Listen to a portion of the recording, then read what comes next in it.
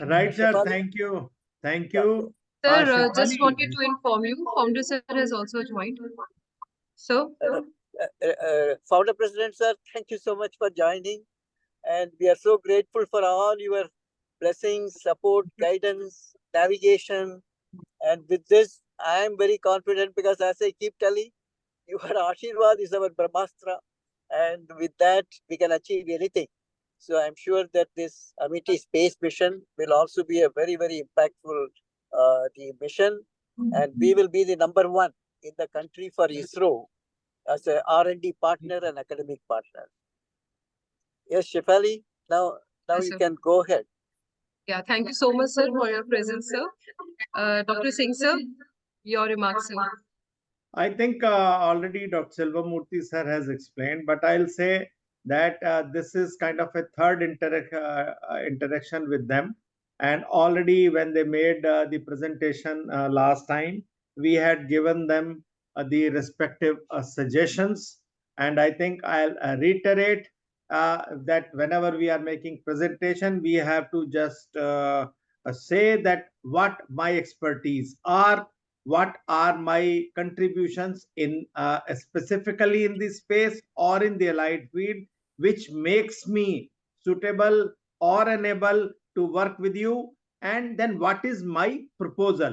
Means may not be a very exact proposal, but what are the areas, what could be the research topics where I can contribute, I can complement you, supplement you, mainly focusing. And we are not here to teach them.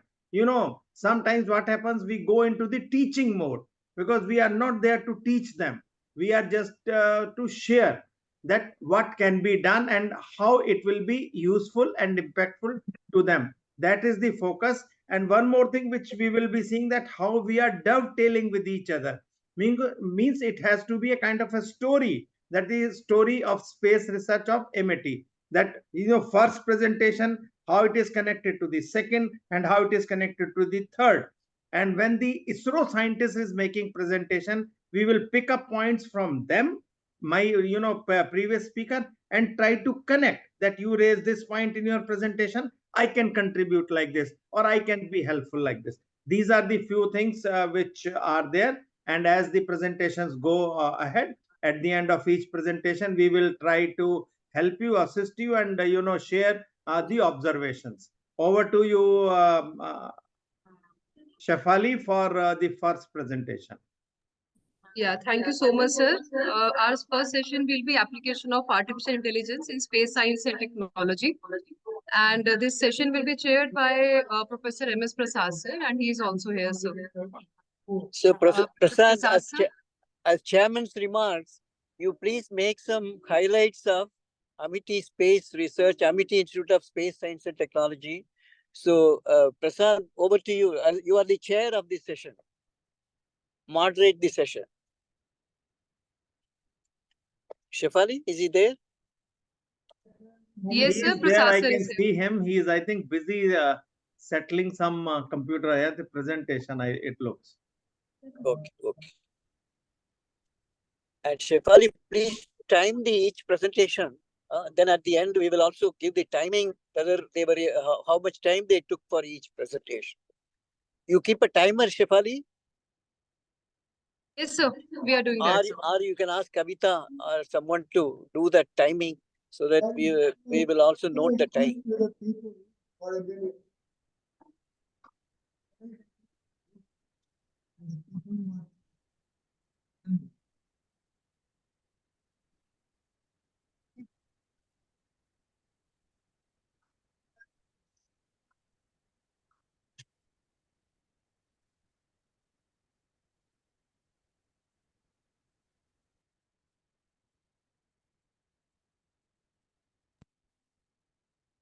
Unmute, Dr. Prasad, please unmute. We are not able to hear you.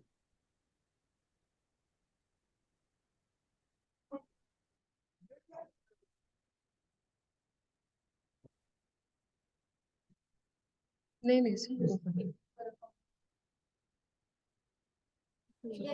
इसको बंद कर दे, वहीं से आवाज आएगी. Now we can hear you, Dr. Prasad. So now we they can can hear you. Yeah. We can hear you now. Go ahead. Thank you, Dr. Geke.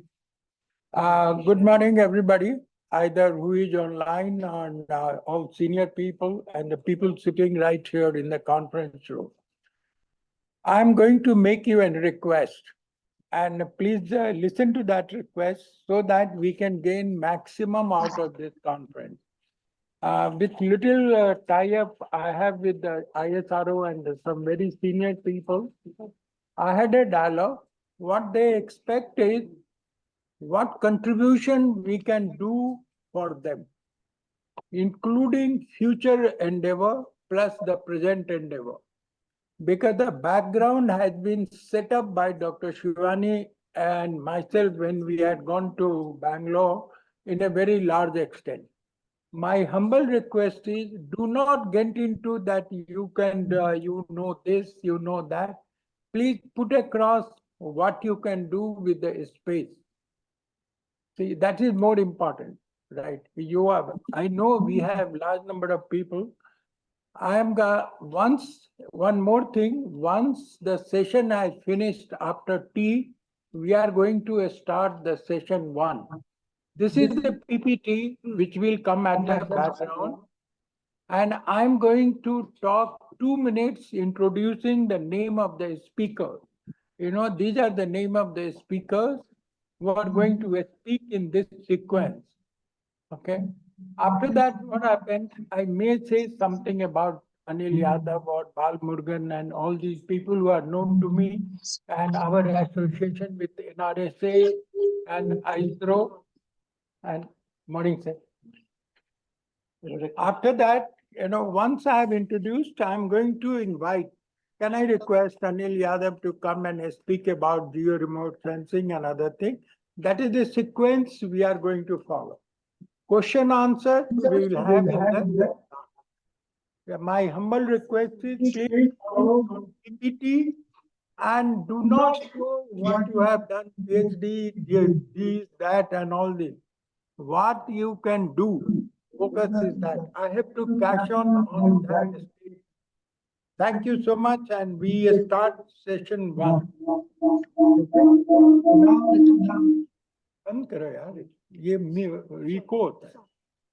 How the session 1 will start is, Dr. Shafali will say after the tea break that now we will have, gentlemen, we will have session 1. So this slide will come in the backside, and I'm going to say, good afternoon, ladies and gentlemen, my colleagues and the senior colleagues from ISRO. I am not prepared, I'm just telling you out of extempore. It's nice meeting a couple of my old colleagues and again coming to the ISRO after a long period of time and meeting the NRSA engineers, which I think we started meeting when Dr. Dikshatlu and Adrin was started. You see, in our university, or in my university, we have a very different method of parting the education. It's not only innovation driven, but we do what is known as blending of education. Very few universities in this country do that. Blending is we have large number of people who have got experience in a space, industry, and DRDO. They blend with the education and curriculum. So when my people are working in a space, they know they are not reading something out of the very thick book of Halliday and Resnick physics, or they are going through artificial intelligence. So that's the blend. We are going to present it to you. I have a couple of faculty who is going to talk to you today about the artificial intelligence, data analysis, and astrobiology. What has happened? It's a very nice thing to see that AI has gone into a space. I think the young people may not remember the HAL computer, except a couple of old people who are sitting here, or the senior people who will remember that HAL computer has literally killed it in the Space Odyssey film. AI started from there. Large number of people did not believe, and we started working on rule-based system, and which degenerated into deep learning. Look, AI has pervasive. Now look at the challenge of the human being. Human being wants to challenge the nature by producing what is known as digital twins. Till now, human being used to produce twins. Thank you very much, gentlemen. We have the first speaker, Mr. Anil Yadav from National Remote Sensing Center, who is going to talk about zero AI for Earth urbanization application. Mr. Yadav, could you please start? Thank you. Speaker, sir. Actually, you can also mention about. Sir, I wanted to mention this, लेकिन मैंने आपसे पूछा नहीं था इसलिए नहीं दिखा. No, because you have to mention about your institute, Amity Institute of Space Science and Technology. This is the, as soon as we started university, founder president started this institute.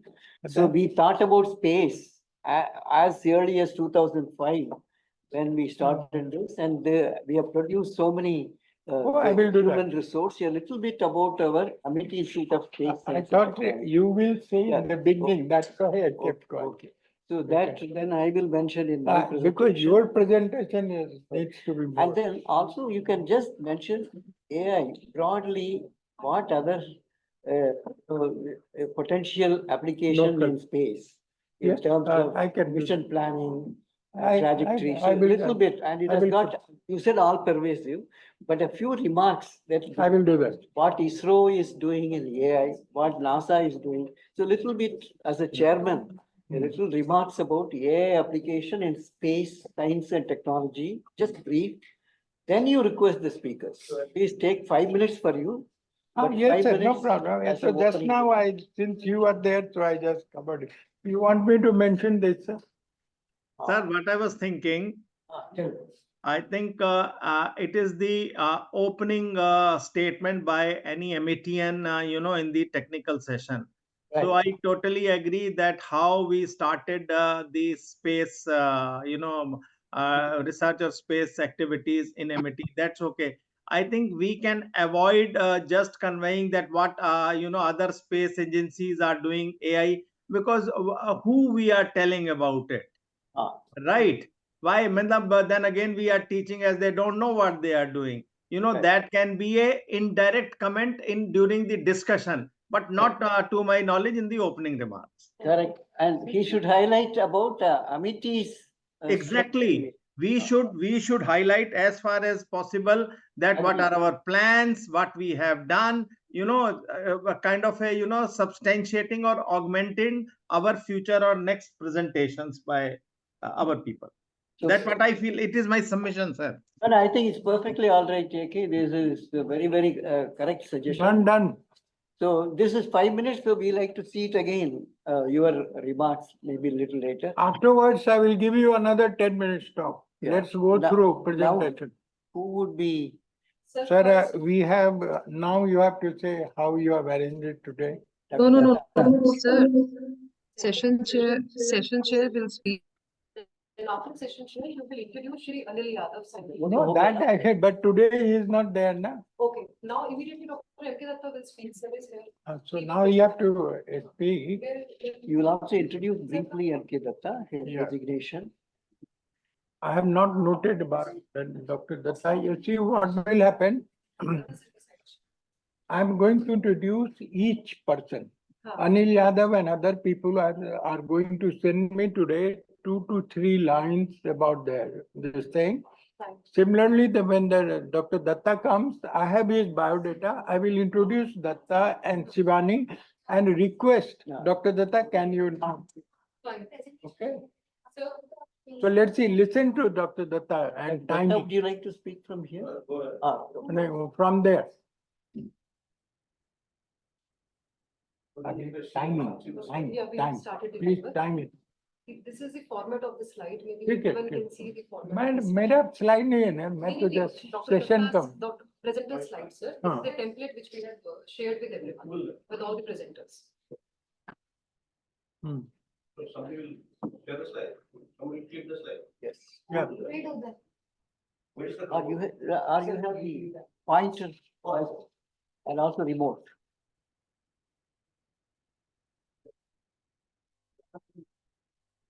So we are starting at 10:50. Wait, before I start, I will just tell you then I'll start. As I've spoken to several officers and professor also, so I have how many minutes? 10 minutes or 15 minutes? 15 minutes. So I'll take around 5 to 6 minutes in explaining what we have done. It may be relevant or not relevant to space. It maybe I'll talk generally. You try it, as you speak, we are noting the time, then we will tell you what. So I'll talk general for 5 minutes about Yeah, what we have let him done, speak. so that they understand our strengths and what are the data on which we have worked. And my actual problems, I have only 4 problems as discussed with Professor Prasad. So I have got only 4 problems, so 2 minutes for each problem, so 8 minutes for my problem and 6 minutes or 7 minutes for my general presentation about AI on the landscape. So I can start now. Please. Who will control the slide? I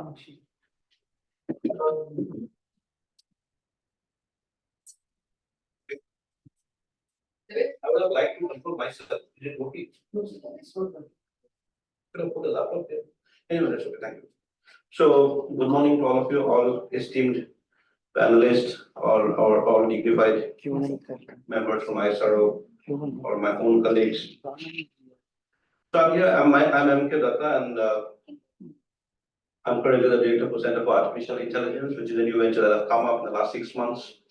We have done a lot of interventions in artificial intelligence and academics, research, and outreach activities, which I'll brief you. So, can you go to the next slide, please? I actually forgot to ask you, do you need a slide where I put my thing, my H index, my papers? Do you need that? Yes, brief. Okay, go ahead. Please. Go ahead.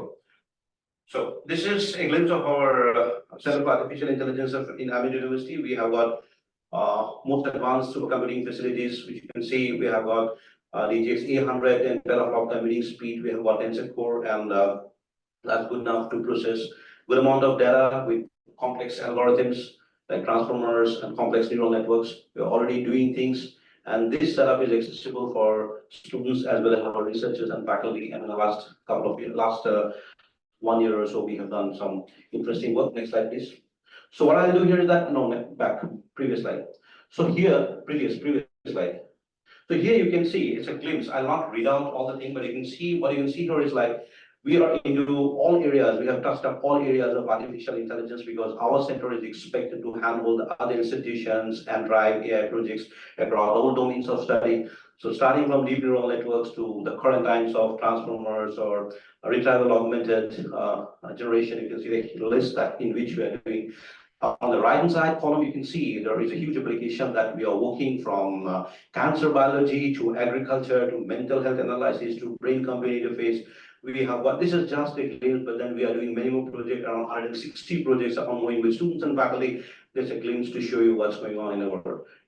Now, what I'll do here is that from here, I'll show you 3 categories of data. See, AI is all about processing and data. So categorically, let it be space science, let it be clinical biology, let it be anything. There are 3 categories of primary data in which we process. So I'll show you a glimpse. This is number first is the grid data, that is computer vision, images. Second is signals. When you talk about signals, it can be a high frequency signal, low frequency signal, it can be space signal, or it can be a cardiac signal that comes out from our heart. And the third is informatics, which can be CSV files or Excel sheets or login data or telemetry data or whatever. So what I'll do here in the next couple of slides is that I'll show you what kind of work we have. Next slide, please. So here you see a glimpse of the computer vision, the 2-dimensional data in which you're working. So let it be a space image or a fundus image or an X-ray or a pap smear image. The fundamental applications of deep neural networks are almost same. Of course, you need customization and fine-tuning as per the requirements. So you can see we are working on a lot of applications of artificial intelligence in breast cancer, in polycystic ovary syndrome. You can see like very interesting work like osteoporosis detection from X-rays, which are very challenging because you need, these are all significant challenging. One problem you can see here is a little bit outside the clinical domain. You can see we are working on a project where the drone will be carrying a camera, and we are trying to find out crack identification in monuments and buildings. That's the bottommost at the center column. And you can see like we are working in all possible architectures, starting from deep neural networks, machine learning to ensemble learning or the vision transformer that have come up. And last couple of years, the attention model and the transformers have come up, which has given a lot of leverage and infinite strength to AI. Next slide, please. So this is our, so what I once again take a moment and tell you, we're working on a lot of image data, and of course we have the capability of working on many kind of image data from space relevant things. So next slide, please. Next slide, please. Next slide. No, back. Oh, sorry. Next slide. Yeah. So a couple of examples where, as an Amity University, we have taken a lead and reported work. Like, number one is we have developed an app. You can see there's a fish. We take a click of the fish. We need some focal tissues like eyes and the gills and the skin, and we'll tell you what is the toxicity. What is the toxicity of this fish if this fish was exposed to heavy metals like mercury or pesticides like cypermethrin, the quality control. So this is a work which we have developed as an app. We've done many work on agricultural analysis, like we worked on bacterial infection on Vietnam mongo plants, on cherry leaves. We've done some Indo-Spanish collaborations also. So a lot of intervention through drone images, how we can, this, and there are many papers published. Third one is also interesting. What we did here is that study the effect of electromagnetic field. Like, let's say I'm using a 4G mobile. If I keep my mobile close to my head, how much does it impact the brain? We did an experiment on Drosophila, and we reported in our research papers that there are morphological changes at the cellular level of the brain. This is an interesting study. The last study that you can see here is that carbohydrate food, when they're fried at high temperatures, there's a chemical reaction called as Maillard reaction that takes place, and a substance called acrylamide is formed. So we are using computer vision methods to detect whether the animal food, of course, in a country like India, where a lot of fried foods are in practice, we need these kind of things to find out whether toxicity is available in the carbohydrate foods or not. Next, please. The second category of data is signals. Now we talk about space signals. Space signals have got a different range, but the kind of problems we are working the last 1 year or so, you can see we are working on cardiac signals. We are working on pulmonary signals. Like you can see, we developed an end-to-end solution for solving cardiac disorders like aortic stenosis, cardiac, mitral regurgitation, mitral stenosis. So and this is a inbuilt device. I'll show you my next slide. And also in pulmonary analysis, respiratory models like crepitation, normal, raunchy, wheezing, or a combination of couple of pathologies that gives you a diagnostics like what kind of bronchitis or what kind of disorder it can be. These are signals, low frequency signals, but of course we are also open to work with different categories and different frequency of signal. The next page. This is about, the left-hand side is about accelerometer gyroscope. We are using it usually for a hand gesture recognition, 1 second time zero signal, and the right-hand side is it's a computer brain interface where EEG signals are using for applications like neural disorders like schizophrenia, just to show our strength in one-dimensional time series applications. Next, please. This is about now. I'm sure space will also have a lot of tabular data like CSV files and Excel sheets that comes out through logs and continuous flow of sensor data. So we worked on this. Is the first one is a very interesting example where you can see socio-demographic habits and histopathological parameters we use to predict the probability of a female, a subject getting cervical cancer. So this is the predictive modeling. So the features are marked. We used models to predict that. Our expertise in handling tabular data and CSV files.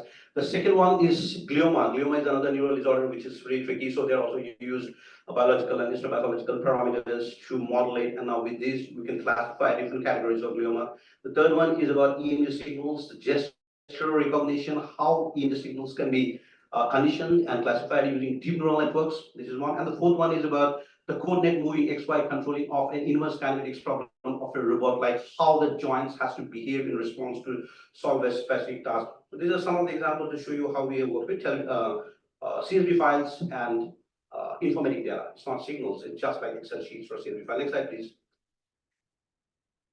Next slide, please. A quick glimpse of end-to-end products, end-to-end products that we have done. The problem is, once you make a deep neural network, the next responsibility is to deploy it in an edge device, in a low-cost device like a Jetson Nano, or you've got Raspberry Pi with 8 GB RAM. So how do you deploy that?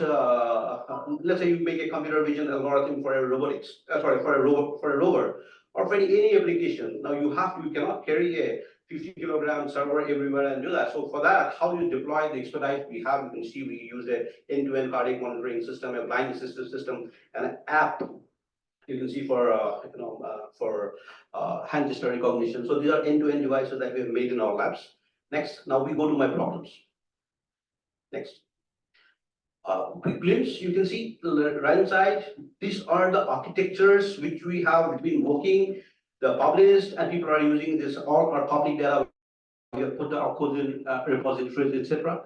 So SlideNet or 1FHRNet are essentially important problems in which we have trained models and we have made them public. For example, let's talk about the FHRNet. It's fetal heart signal. Like we developed in a trained model for taking the FHR, the fetal heart rate of a baby, and find out whether he's having fetal death. So the lack of oxygen to the fetal brain causes a state called hypoxia.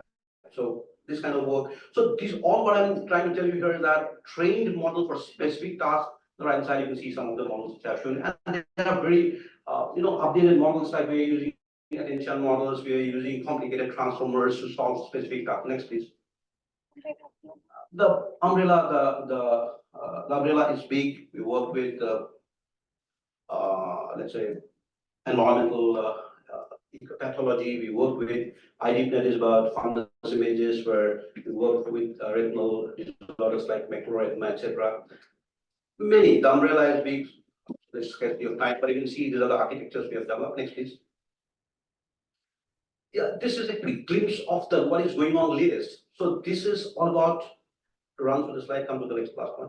So this is all about, this is what is going on in the last couple of years. See, attention model and transformers has taken AI by, the paradigm has completely changed.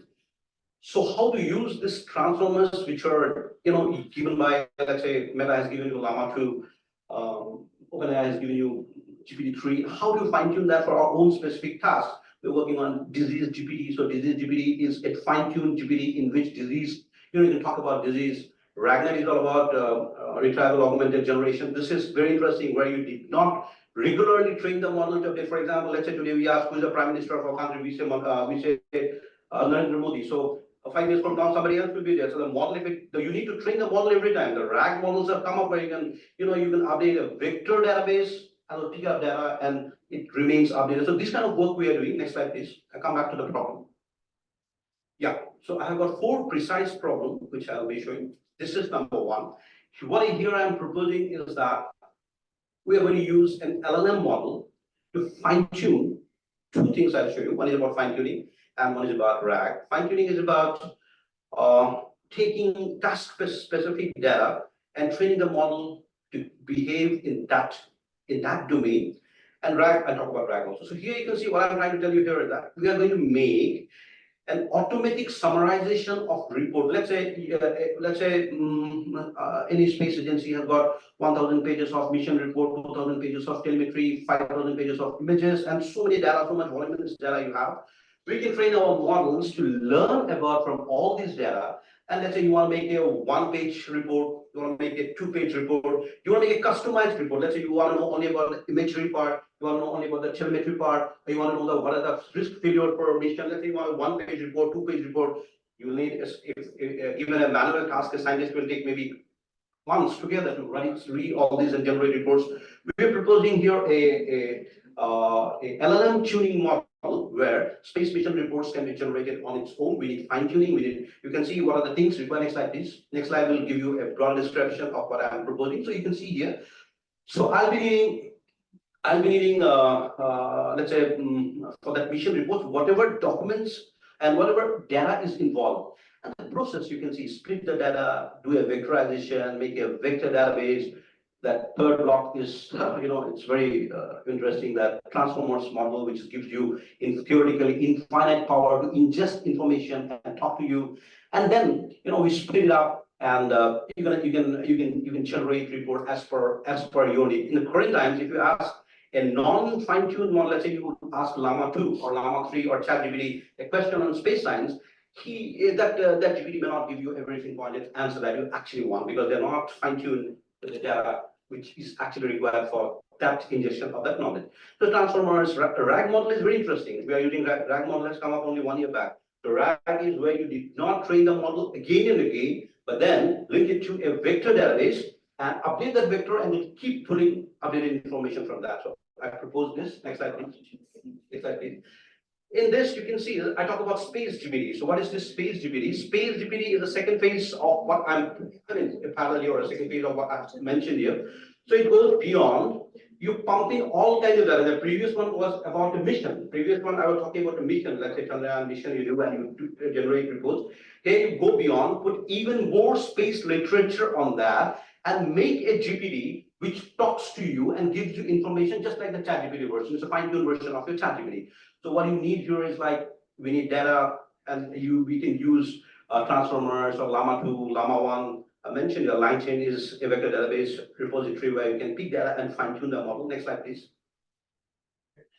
And you can see the process, how it goes through. You can pick data from HPDF or HTML or text content, chunks of data. The point is like, how do you vectorize the data and how do you fine-tune the model so that it actually gives you more accurate results. Given just an example, we're asking about a question like, what is XPOSAT? And this fellow is answering like, most likely a normal ChatGPT cannot answer this kind of pinpointed questions. The impact is like, you save a lot of economy, you save a lot of money or manpower in reading those 5,000 or 20,000 pages of documents, and let's say you've got satellite images, 10,000 images. So 10,000 images, some manually seeing them and interpreting will be difficult. Next slide, please. Yeah, this is about how to integrate artificial intelligence in two things. There are two stages. Number one, about rover movements I mentioned here, and second about the lunar landing site characterization. The data that you're going to collect can actually be trained for both. Number one is the rover trajectory. We can use advanced computer vision models, reinforcement learning, and machine learning. You go to the next slide, please. Next slide. Here you get some kind of an idea, like if you get a terrain mapping data, if you've got a rover, camera feeds, lidar, sensor data, and you can train the data, clean the data, process the data, and go for solving tasks like trajectory optimization, reinforcement learning. Reinforcement learning is interacting with the environment every time before you take the next step. Obstacle detection, deep learning and detection of objects, adaptive behavior, because space is uncertain, space regions are uncertain. How do you train, how do you interact or behave with an unforeseen situation? So these are the things we are proposing, and technologies we can use, of course, deep neural networks, we can use transformers, all the latest things that are available. Try out this thing. Next slide, please. Well, this is the continuous sequence in which we have like validity, dynamic environments, limited resources. If you have limited, because space resources may be limited, rover may not give you a lot of information. The variability of data, we call it as intra-class diversity. Same class may have got various representations. How do you learn that generalization? We have to work on real time. And the interpretability is understanding AI decisions that is vital for the mission safety and the trust. Expected outcomes are improved navigation accuracy, advanced adaptability. Impact is like you can save resources if you already know, like if you train the model for that. Let's say you talk about X, Y, that in real time when a robot moves, there are X, Y, Z movements in 3-dimensional, which is controlled. And if you can train the models with the information that we have about these terrains and elevations of your space, landscape, we would like to train it. Next, please. This is the second phase of the project. The similar data can be trained for enhancing the lunar landing. I mean, it may be, I have written lunar, it can be any planet. Any landing characterization. For example, you do not want your rover, you do not want your satellite to land in a position which may be, some water, or maybe some undesired position. Likely, you like to fix some hotspots where there may be abundance of minerals, or it is free from some kind of division in your movements, etc. So analyze the facilities and identification of safe landing. This is actually the same data can be interpreted to train differently and train the models. So one data we can do two problems: analysis of mineral composition and maybe ice distribution, uncover. If you land it in some kind of place which is undesired, we can actually do that. And I think some work have already been started. Some foreign agencies are doing. Next slide, please. Surface engineering. Surface engineering is like you can see like smart radio devices, high performance optical solar reflectors, anodized 3D printed alloys. A lot of research is going on in these three areas. What should be the actual combination of different parameters? You go to the next slide, please. what should be the different combination of parameters of electroplating, thin films technologies, painting. Now, how do you do that? Now, that circle, you can see the features like film composition, thickness, position parameters, temperature, pressure. These goes as a feature, and this one, a pointer. So this one is actually the output curve, where the adhesion strength is of interest to us. The surface roughness is interest to us. Uh, Corrosion resistance is so important to us. How do you get the optimum values of these parameters to have the best results in that? Actual practice, if you do it, you may take a lot of time, resources, manpower, but if you have got a labeled database, most likely you can use a lot of machine learning and models to train and give you an optimized result even before you go to the experiment. So it will save you a lot of resources and time. Next slide, please. This is my last one. So this is about the rovers. When they landed in satellite, you pick a lot of images. So this is about specifically exploring the geology. When I say geology, mineral analysis, atmospheric analysis, predicting summer winter cycles, predicting a lot of things you want to know. And most likely, if you have got a continuous sequential data in which the rover has been picking, we can actually do a lot of data processing, extract discriminator features, control this robotic navigation. Of course, we can control robotic navigation based on these also and predictive modeling. Next slide, please. And this is the workflow, like you collect data like images, it may be spectral data, it can be topographical maps, whatever possible data, like needs to take a session. We have a lot of data processing, deploy the model. And in terms of real-time analysis, if we can do that, we can use a lot of models like transformers. We can use GANs to generate augmented data for training the models. Deep reinforcement learning may be another method. And on the basis of that, if you can actually find out the possibility of mineral resources or anything that is relevant to the geological surfaces of the Earth, we'd like to model for that. And that's it for my side. Next slide. I think that's it. I don't know if I've taken more time. So thank you so much for your attention.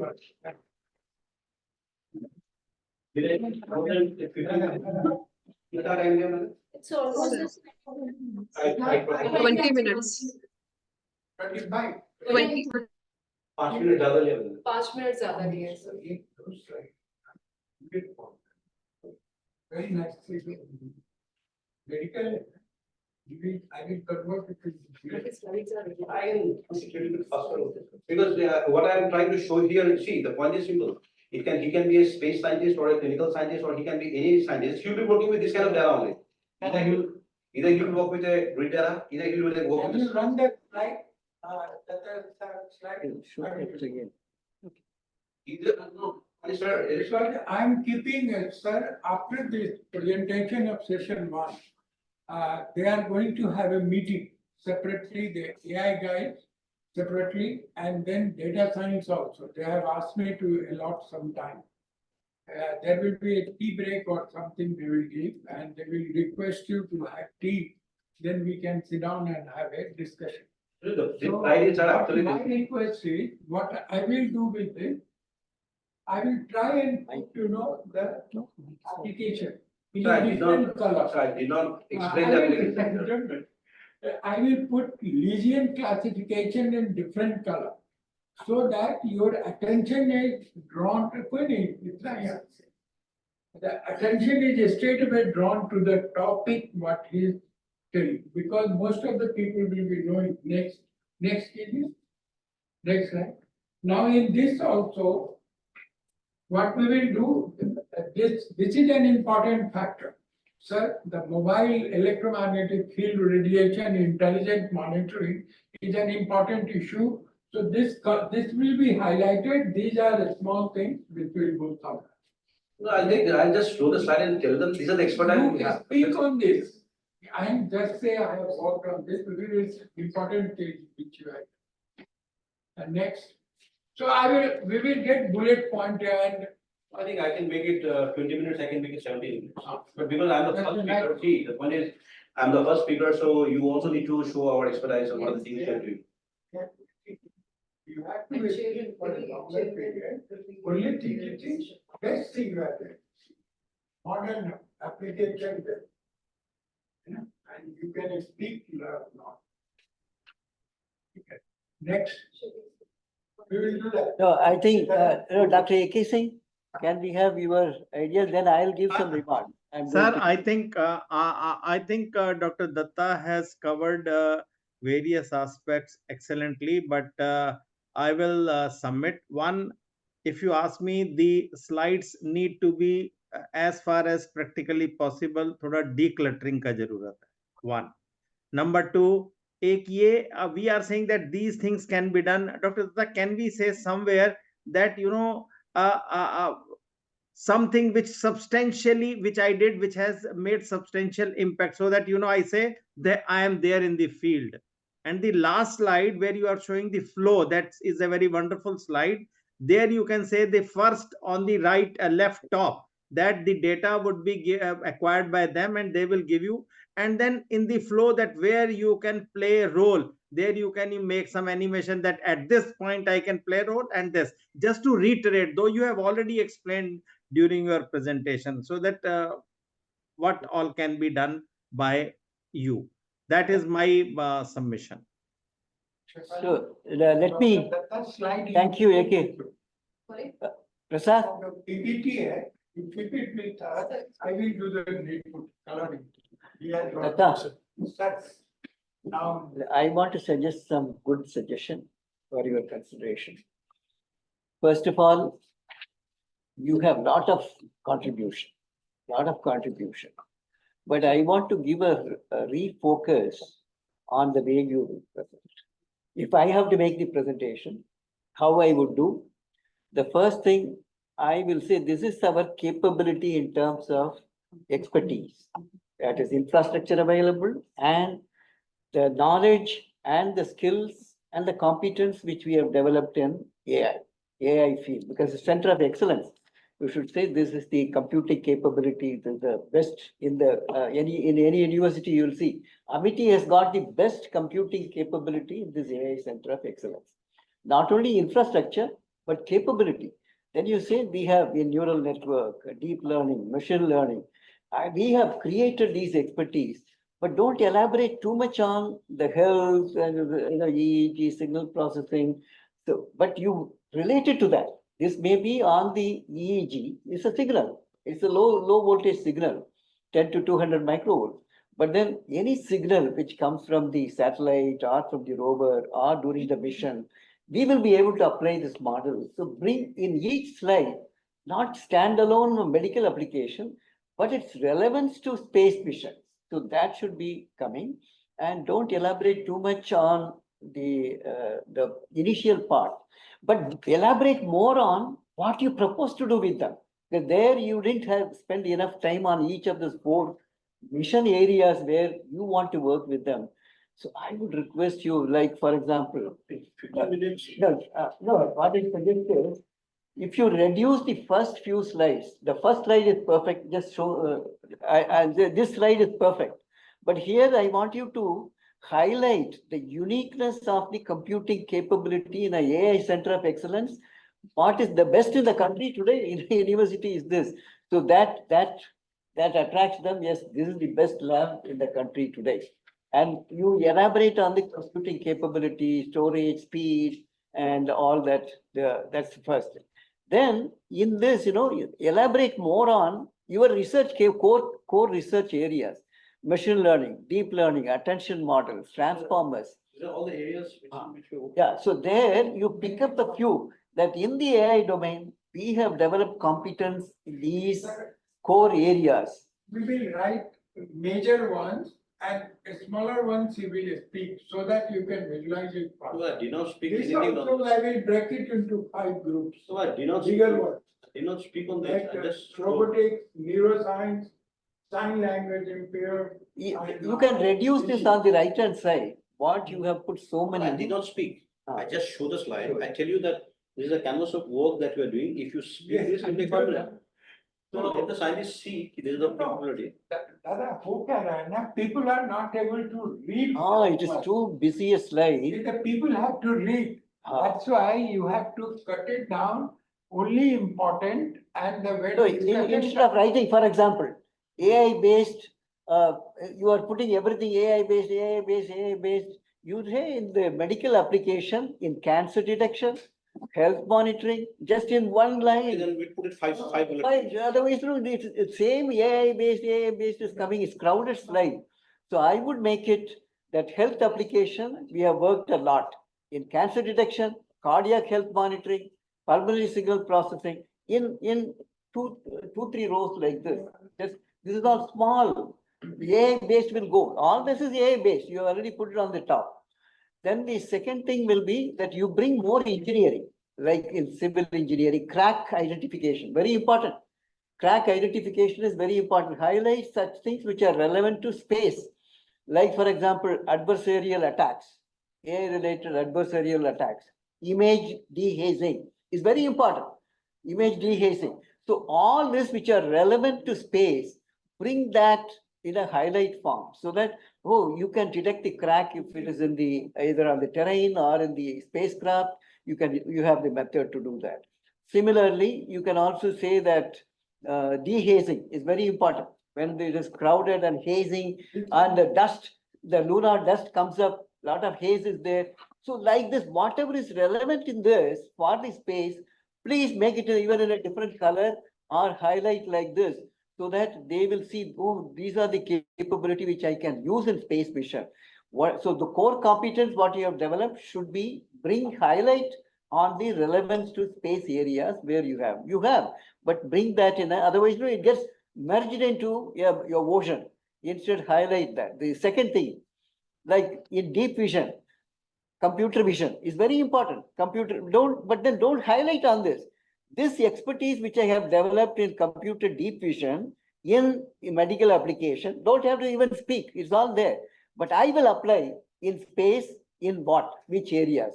Like deep vision will be able to see that terrain analysis, rocky terrains or landing sites. It's not coming. I think it's like there's some sync problem. So इसको यहाँ ये वहाँ नहीं आ रहा है. So like that, no, the second slide also, you are telling about extreme learning mission, semantic segregation. वहाँ नहीं आ रहा है. Here is coming something and there is. Oh, blackboard mode पे हो रखा है. Share हट गया. So like this, you are elaborating more on the other biology, but its relevance should come to space mission. You speak only on that. Don't speak anything on the biology and fishes and all that. But this expertise in deep vision will be able to be used for a space mission in this area. Should I keep this slide or should I? No, keep it, but then bring the relevance always to space. Prasad, so this I need a complete change in this. Yes, sir.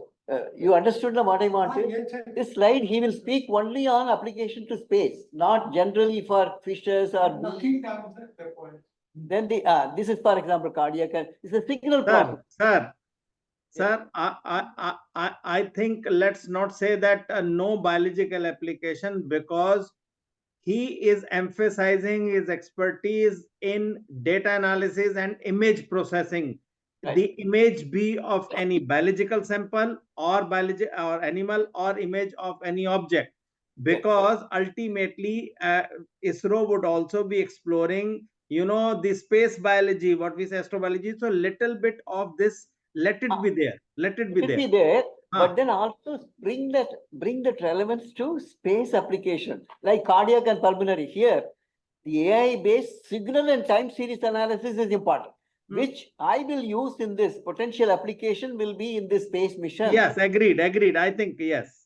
Instead of talking about cardiac analysis, he is not interested in cardiac analysis or pulmonary. He is interested in this capability of Amity, how it can be used in my space mission. If I am sitting there, I will be looking at this. And not only for monitoring the health of the astronauts, maybe I can use this, but then also see that where other places the time series analysis and AI-based signal competence which is available here, how it will be. Basically, we have excellent infrastructure, excellent expertise. Dr. Datta is there, his team is there, and that what they have done, and they are aware of this business and how they can contribute. Yes. What you need to understand here is that I'm not saying the applications. See, if to understand one thing, AI is about processing and training of data. Right. And there are three categories of data. One can be a grid data, one can be a time series data, one can be a log data, like a Excel sheet or a CSV data. Correct. So even your space missions will not have any data beyond these three data. Okay, it can be, the volume can go, the dimensions can go high, the volume can go high. What I'm trying to tell you here, what I'm trying to make a suggestion that anywhere, we have to tell that we are capable of processing any kind of data. It can be a volumetric data, it can be a one-dimensional data, it can be. So what I'm trying to show here is that there are three categories. I can reduce slides. Three categories: grid data, time series data, and tabular data. Beautiful. So these are the only three things you talk about anything. There is no fourth category of data, or if anybody can tell me if there is a fourth category. Of course, the dimension may go high. It may be a voluminous data, it can be a multi-dimensional, let's say when you talk about tabular data, it can be a very high dimensional tabular data. But what I'm trying to show here is that the processing, okay, I'll mend my presenting style. I would like to tell here is that we have done a lot of tabular data analysis using these machine learning models, and we're capable of putting any telemetry log data or any space data which is in the CSV file. So that's the capability, because I have not worked on any space data. That is what. Right. No, but potential application, you can. We will convert it, sir. I will sit on this. Some relevance, so that he will also, he knows the space relevance, so the input has to come from you. And now, for example, in this, like emphasis, that is rover end-to-end device, it's very important. Rover end-to-end device. Trained model is important. AI architectures, what you have developed, how you can use it in potential users. Space mission reports, making LLM training model is very important. RAG model. So then these are all has application in space. So you should bring that rover kinematics, emphasize more on that. What happened, sir? We had worked out 4 major thrusts. So that has to be elaborated. Only 4 problems. I have 4 4 problems, and then initially he is telling about what work he has done. That I will make it bullet point. And also reduce that. Related to space. Reduce that and highlight also its relevance. This is my capability which I have used in this biomedical data or life sciences data, but its application, this competence can be used in these potential areas. That means we know where all it can be used as well, besides what we have done. Similarly, lunar landing site characterization is very important. You mentioned that. Not coming, the slide is not coming. No. That is not changing, sir. I'm just telling you. I'm just telling you. And also planetary planetary exploration. Geology, last time. Geology. Geology information for mineral Yeah, resources. planetary exploration and geology, very important. So like this, no, you highlight more that. More, we will bring it up, sir. And, Otherwise, this very, very good. Your excellent work and your competence, they will immediately jump on that. But the way you should bring relevance is for them, what they can gain from this expertise. And which they can also infer, but we should also know that I know a little bit about how it can be used, this competence. That should be visible in our presentation.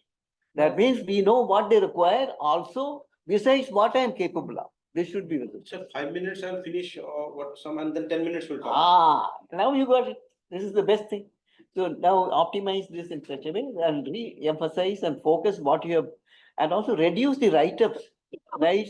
They can't read. Make it bullets. So like Prasad, this has to be made in bullets rather than writing. Nobody reads these writing. I will make it bullet, sir. Yeah. Right now, after this meeting, we will sit down and I will. All this text I will delete. That's very good. You can speak all that.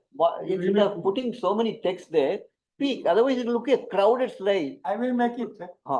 I want a clean slide and bullets, and it should be, the figures are very nice. But the write-ups, a novel, handheld, compact, portable, standalone, all this, whether you can speak out all this. Right. So these are, otherwise this is very good. Let's give another. 5 minutes. Prakash Chauhan, who is coming there, is speaking, I think, after Sudhir. He was in IIRS Dehradun. Right. And he worked on geomorphology of Chandrayaan. Okay. So that last slide is very important. Very good, very important. That time, is it okay? In terms of AI, it is that once again, I reiterate, there are only three categories of data which are available for training anything. You want to show that we are capable of doing all these three categories of data. Got it. Thank you, very good, excellent. Now, who is the next, Prasad? Shivani. Next one. Now Shivani ma'am will You, speak. you follow that sequence. We are following this sequence. नहीं तो दत्ता के बाद Divya is not here. Rini Shukla is. But you will be giving their profiles, sir. Huh? But you will be speaking on the profiles. You will be introducing them. I will be introducing Dr. Shivani. Now it's her turn. Yes, sir.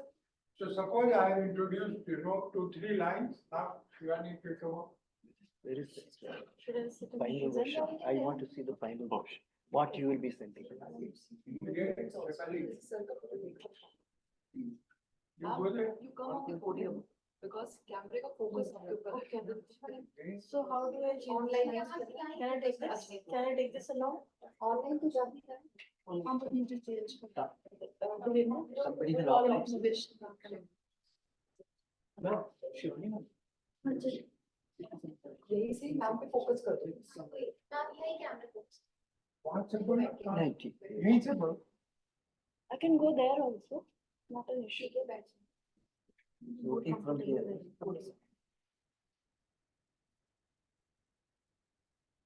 Yeah. Now, introduce Shivani. अभी तो इसका prepare नहीं किया. But suppose I will prepare 2-3 lines and And- introduce. No But problem. 2-3 lines And only. then I will say Dr. Shivani is working with us in Amity Institute of Space Science Technology.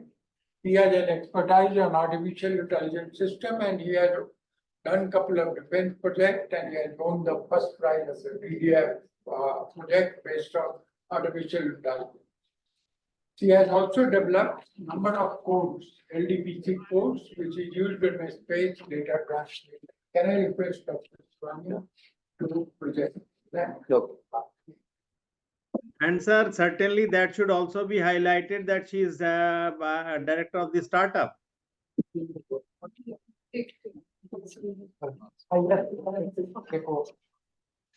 Very good morning to all. No, you are not allowed. Very good morning to all. yes. Very good morning to all. This is Shivani Verma from Amity Institute of Space Science and Technology. I'm working as an associate professor. I'm also the director of Ingenious Research Solutions Private Limited startup that is well supported by Amity University. Sorry, how to change the slide? Just press arrow. Why did you come here and speak? Sir, she is presenting from her laptop. Okay.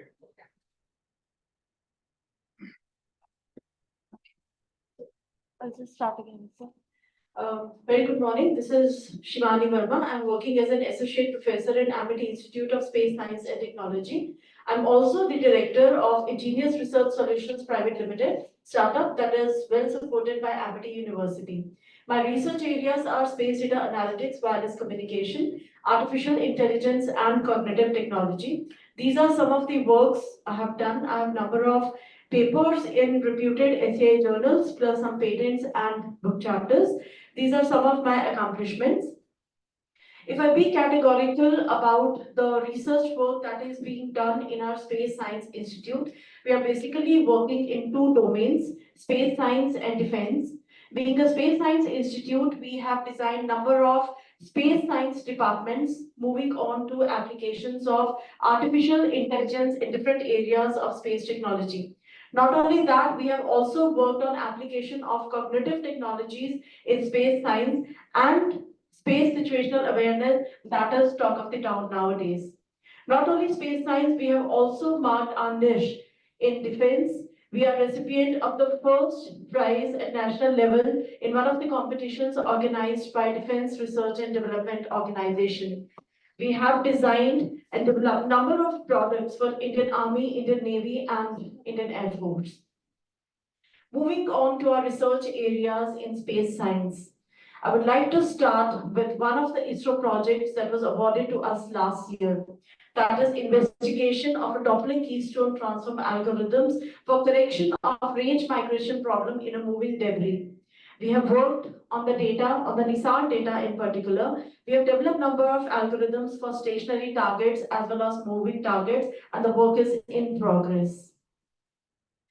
We have also collaborated with foreign universities. We are in collaboration with Lety University of Russia. We have worked on astronomical image processing. Together, we have identified the challenges that we face when we analyze the astronomical images, and we have worked how to find a solution for that.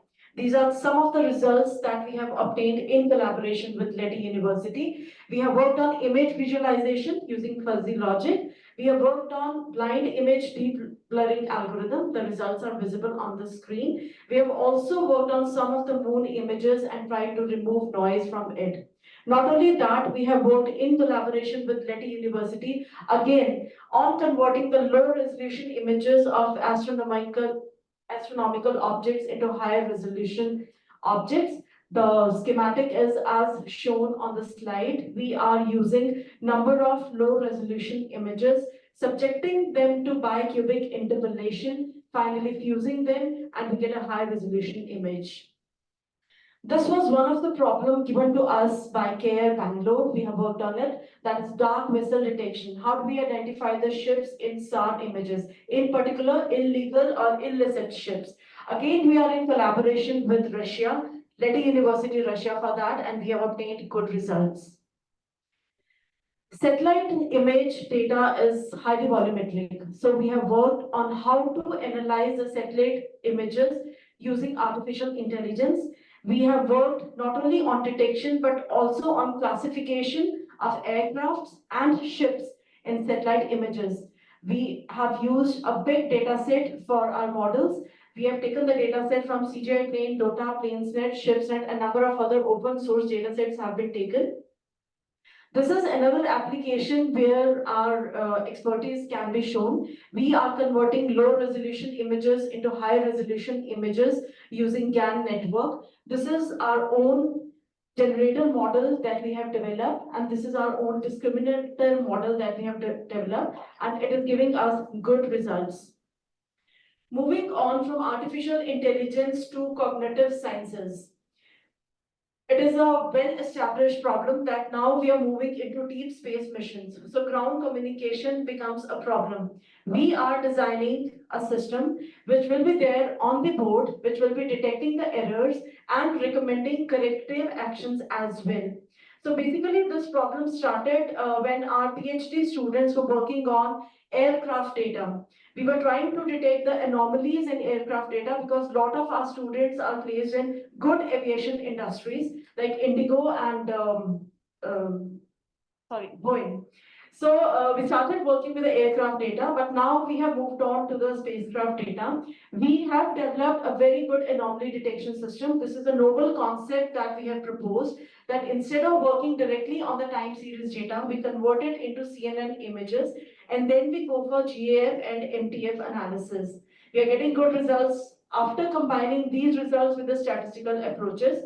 We have also analyzed point, contextual, and collective anomalies in the spacecraft data that has been taken from last NASA site. We have worked on Chandrayaan-2 data analysis. We have developed a very good digital elevation model that can provide a good texture analysis of the soil on Chandrayaan-2.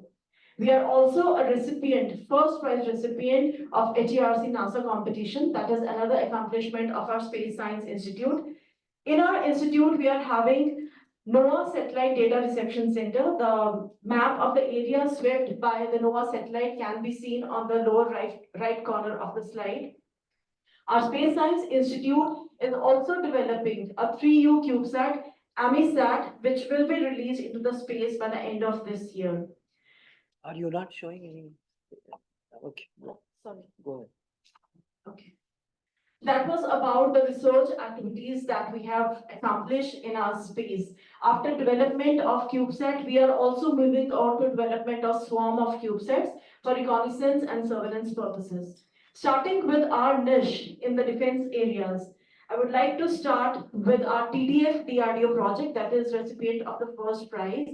We have developed a very unique and innovative artificial intelligence-based human recognition system that can recognize a person under any circumstances, be it low light conditions or even if the face is fully covered or if he is moving with induced abnormalities. We have made use of physiological parameters that are immutable, that the person cannot hide. So we have used gait, movement, and skeletal along with occluded face parameters. We have also collaborated with Reddy University on cognitive architectures. We have developed FPGA-based hardware implementation of adaptive resonance theory classifier, and we have obtained good results. On the screen, we can see the RTL version of the architecture and the results obtained. Moving on to the image analysis, we have done a lot of photo interpretation mainly for defense purpose, but the results have not been shown on the slide. On the slides, we are showing some exemplary data set, like we are done with the crop identification, not only in optical images, but in SAR images as well, plus the fused images have also been processed by our team. This is the analysis of the fused images using various algorithms of artificial intelligence. Some more results using k-means classification. This is another application that has been worked on by our team in our institute, crop disease classification. We have also worked on YOLO models for detecting objects like face in pictures. This was the application required to be developed by Indian Army. It was basically for images on border areas, but we have just shown some other examples. So we have worked on change detection, not only in high resolution images where the objects are very clearly visible, but we have also worked on low resolution images which are required to be cleaned and pre-processed before detecting the changes. We have also worked on trajectory optimization of unmanned aerial vehicles, in particular using pose estimation method. This is another application of AI-based ship detection. We are processing optical images. Like I said, we have worked a lot on SAR images. Not only optical and SAR, we are also working on LiDAR images and exploring their application in Indian Air Force. So this application was developed for one of the use cases of Indian Air Force where we were required to identify a safe landing zone. We have also developed a fused model for detecting the objects in the fused model of hyperspectral and LiDAR images. Further, we have also fused optical and SAR images for increasing the certainty of the results. This is another application where we have designed an unmanned ground vehicle which has been shown with a LiDAR for surveillance purpose, but we have also used it with a ground penetrating radar for detecting underground tunnels as deep as 10 meters deep. This is another application that we have worked in collaboration with VESI. We have designed a remotely operated vehicle and we have combined it with a software which will be able to detect underwater mines using artificial intelligence. That was about the work that we have already established in our department. Now discussing some of the work that is under progress by our team, mainly inspired by the ISRO work as well. We are going for vision-based post estimation for non-corporate inspection satellites, again using artificial intelligence. We are developing a compressive sensing technique for SAR image reconstruction, and we have proposed, we are working on a novel algorithm that is based on Ramanujan transform and concept of bright and non-bright concept. This problem is important because the SAR image data may be very sparse. So to construct the image, to reconstruct the image is actually a challenge, and we are working on it. We have an expertise in FPGA implementation, like I mentioned in one of the slides, that we are done with the FPGA implementation of R1 classifier. So there is a system developed in Udaipur. We can and we are working on making FPGA implementation model for that. Further, we are also working on multi-target target environment. Because it is an era of space situational awareness and we are having a lot of target objects in space, tracking spatially tracking, especially separate objects, is not a problem. But because we are having a very dense atmosphere, so we are developing algorithms which will be able to process the densely populated orbital debris in space. We are also in the process of RCS estimation of space debris and developing a signal processing framework for debris detection using the data from spaceborne radar signals.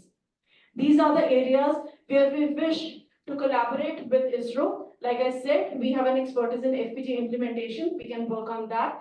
We are also developing some systems for Gaganyaan mission. We are into the space situational awareness where we would like to collaborate with ISRO, plus the multi-target object detection in space debris where we would request ISRO to give us hand-holding guidance. Thank you. Next slide. Thank you, Claire. Sorry, thank you. Sorry, sir. At some points, I actually. How much time? It's approximately 12 minutes. Oh, very good. So time is okay. Now, Yaki Singh, what are your comments? I will give my comments. Sir, I think Shivani has just taken us through the canvas of her activities. I'll say, would you mind just compressing what you are doing or what you have done? One. Number two, and be bit more elaborate on your last slide, last few slides, and particularly the last slide where you say in what way you can contribute with the ISRO, where you said Gaganyaan, special space situation awareness and debris management. There you can even elaborate more on the specific roles you can play, so that these are getting bit more generic. And a few more slides before the last slide, with the work which is in progress. You should also convey that you are open in those areas also, and previous all the areas where you are saying that had been your strength. And the DRDO project, you are highlighting it twice. No need to do that, because you have already achieved that. Just share what is the final outcome. And all your projects, and particularly the ISRO project, which is your first or second slide, you say that what has been accomplished. There you are going bit more generic. Some models have been generated. No, say this has been done and this is under progress, so that it looks a bit more what should I say, pressure, more authentic and more weight. Right, sir. That what I want to convey. Right. I'll do that. Dr. Thank Datta, you, sir. any comments of? Just give the image that you showed some segmentation. I was doing some Kaggle because of this space last week. These are codes, and these are actually available publicly. Data sets. The RSS codes, everything is available. I was trying one code, I saw that. So what I saw that that satellite some segmentations we are showing how to do that. They are freely available, and data as well as code, everything is available. I tried, it was running. So there my suggestion will be, if you can, because it's already publicly available thing, data plus code. I saw the codes available. Something that you have developed, some transformer model, something, so that apna contribution on it. Because see, somebody like me could see that it is available, code as well as this one. So put something. It's a crop, huh? I actually, when this space thing happened, no, 2-3 slides, I saw the code as well as data both are available. I tried in my Jupyter notebook, it was running. Crop detection. That one slide after here, sir. So what do you, I suggested, put your own. I can skip it up. Skip what kariye, sir, don't skip. Put mention some transformer, some We have used some. so that it is very clear that it is your contribution. Because first Google mein, see, I did a Google of space thing. I hit Kaggle. You know Kaggle, na? I hit Kaggle. And Kaggle, I saw everything. With first search, I saw these images and this code. So what I suggest is put your own things. Put bana dijiye. Say that I am doing or ongoing, so that they are convinced. Otherwise, it is very. Yes. Otherwise, everything is very relevant. So it's very nice. Very nice. So Shivani, Yes, sir. I think first is you have adhered to your time. So that is very important. Discipline, and now you have all the slides are relevant. So don't cut any slides. But what I would suggest is emphasize in some more than, de-emphasizing on others. Like, for example, when you are doing autonomous underwater vehicle, it is for the information. So unless you bring that autonomous function, I would like to apply in space. What relevance you are showing, ROV, which you have shown here, except to show that I am doing a project for DRDO. So its relevance should come. Suppose you want to bring a relevance to rover there. And this knowledge which I have gained in the ROV, I will use it in the rover functioning on a space mission. So like this, what you need to emphasize is this capability which you have done, like for example, you are doing a AI project for the person monitoring, person's their skeletal configuration. How you can use it to Gagannauts to see their postures, to see their health, whether they are active or not. So bring this knowledge which I have gathered through the AI project of DRDO, the TDF project. I will use it for the Gagannauts who would be there in the space Gaganyaan mission. So you should, instead of just making a statement that this I have done for DRDO and all, now with that expertise, I would like to apply it in the Gagannauts there. So like that, you can even show a Gagannaut, or you can just mention. So, but bring always what you have achieved as a capability and competence, and you have contributed its relevance to space. That should be, because they are space people. They will always looking for what is that they can also infer, but then it's better you emphasize, you also know that this knowledge can be used in space for this application. Right. Otherwise, it's fantastic. Yeah? Thank you. Good. Now, who is the next speaker? Okay, so I forgot to mention this, this was, Speak. okay. Okay, so this last slide, on this last slide, we are having,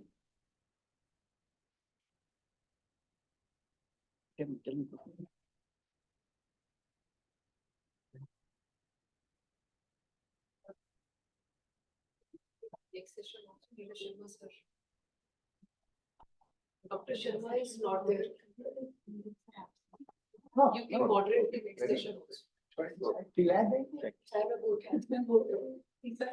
I think calmly be able to. sir, on the last slide, I forgot to mention, Pradeep sir, who is head of ISRO, he asked us to establish Amity Center of Excellence for Space Radar Signal Processing in Amity University. Mention that, it's very important. Yes, sir. So mention, because he is going to be there.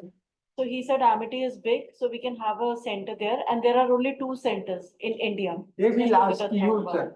That they have already planned couple of questions, sir, I must tell you. But let me tell sir about PhD. Okay, so another point, we can also propose this collaboration of ISRO with startup. Because some schemes are there that are in particular for startup with ISRO. I forgot, That I'll do will- that. Okay. And also, Vaibhav, Yes. there is an MOU which we signed about a week ago with the remote sensing center, Yes. National Remote Sensing Center, Yes, sir. NRSC. So I want a copy. So I will mention at that time, we have also signed an MOU with National Remote Sensing Center at Hyderabad. Sir. So we have signed an MOU with them. NRSC. Okay, okay. You are talking about NRSC or? No, sir, this is separate. This This is for radar. ISTRAC, ISRO Tracking Center, which Right. is in Kenya. They requested us, Very can good. you open a space radar center, research center? Please bring that. Yes, sir. So they may ask you there, sir. No, we will commit, And, we'll say, yeah. Yes. One more problem, sir. In fact, they are going to ask you, since C5 is there. Lot of their young people want to do PhD under our institute. But they want your permission that can you conduct the classes online and they can come here for examination for a week.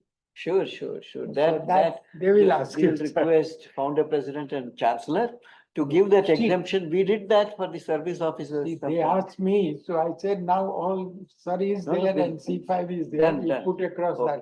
that. So can we mention our Center for Space Yes. and Defense Yeah, and that also you mentioned, that we can mention? Okay, but you have put space and defense, no? Space and it- Defense. Because there is a defense Inaugurate application of that, no, space it- also. Yes, sir. That We will, covers both. sir, we will make a poster if you can inaugurate it. No, we'll just mention. So that no, we have not taken the approval of founder Then president. don't mention. No, we can Okay. mention that Okay. we propose to do that, but Okay. then this Right. you can mention. Right, sir. Thank you. Now, who is- Now we are moving ahead, sir. Next one. Dr. Yeah. Dheeraj Sharma is. So, not just here. a minute. So I would request Prasad sir, if you can kindly moderate the next session also, sir. Session 2. And we'll be See, starting what with will Dr. happen Sarath here? Raj. Is Sarath No is there? problem. Yes, sir. Again. Dr. Sarath has also. Again, this is the, how I'm going to do it, Dr. Neil Sharma will be there. Yeah. But again, I'm going to talk about data analytics. We have a number of, our faculty who has done large number of work on the data analytics. Either for defense, some data for the space and some data taking from image. We would like to now invite upon a couple of speakers from NRSA and our faculty. The first speaker we have from Amity, Dubai, who has got a satellite center and they are also launching a satellite, CubeSat from Dubai.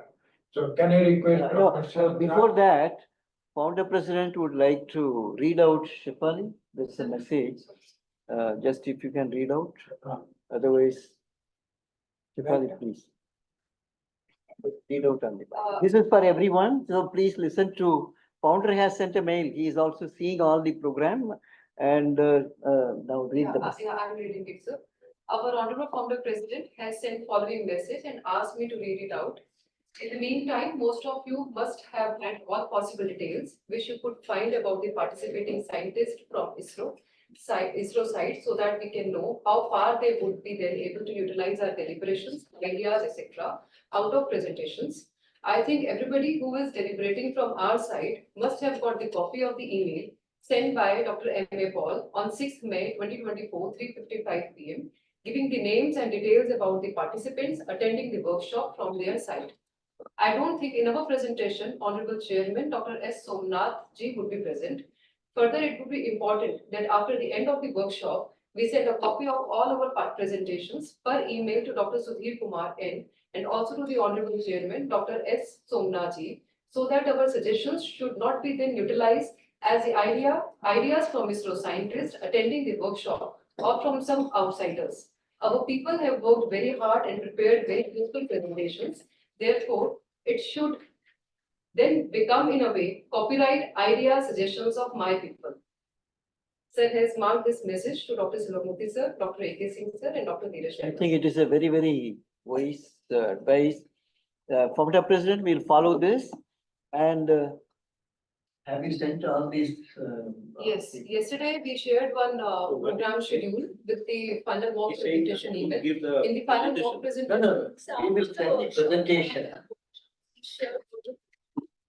What he's saying is that your presentations are beautifully made and lot of thinking has gone into this IPR, intellectual property rights. So we will put it on record and we'll send the copies of each of your PPT presentation in a folder and giving the, which are the folder contains what, which presentation by Dr. M.K. Datta on this topic and Prasad Shivani on this topic, so that we own that copyright and so that nobody else take the idea and their own, they just use, it is their own idea, should not happen. So that is why it is very important. We will send in a formal way both to the chairman ISRO as well as Dr. Sudhir, so that it gets recorded that we have given this idea to them in this workshop. Yes. And yesterday we shared. Sarath, now we would like to listen to you.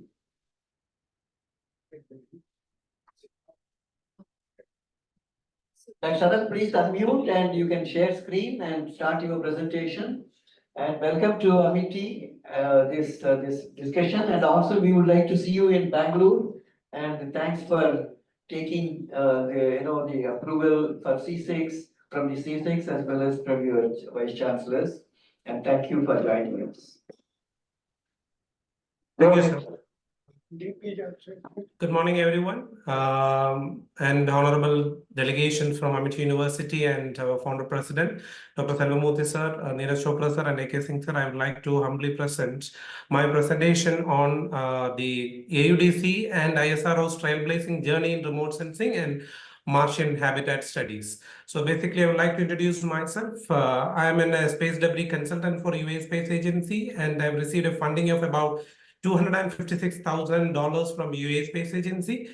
On a similar note, I have received funding from Dubai Electricity and Water Authority for an unmanned aerial vehicle for about 20,000 dirhams. And in collaboration with the JAXA and NASA, we have participated in the Kibo Programming Challenge, and we were the runner-up from the first Kibo RPC Programming Challenge jointly conducted by JAXA and NASA.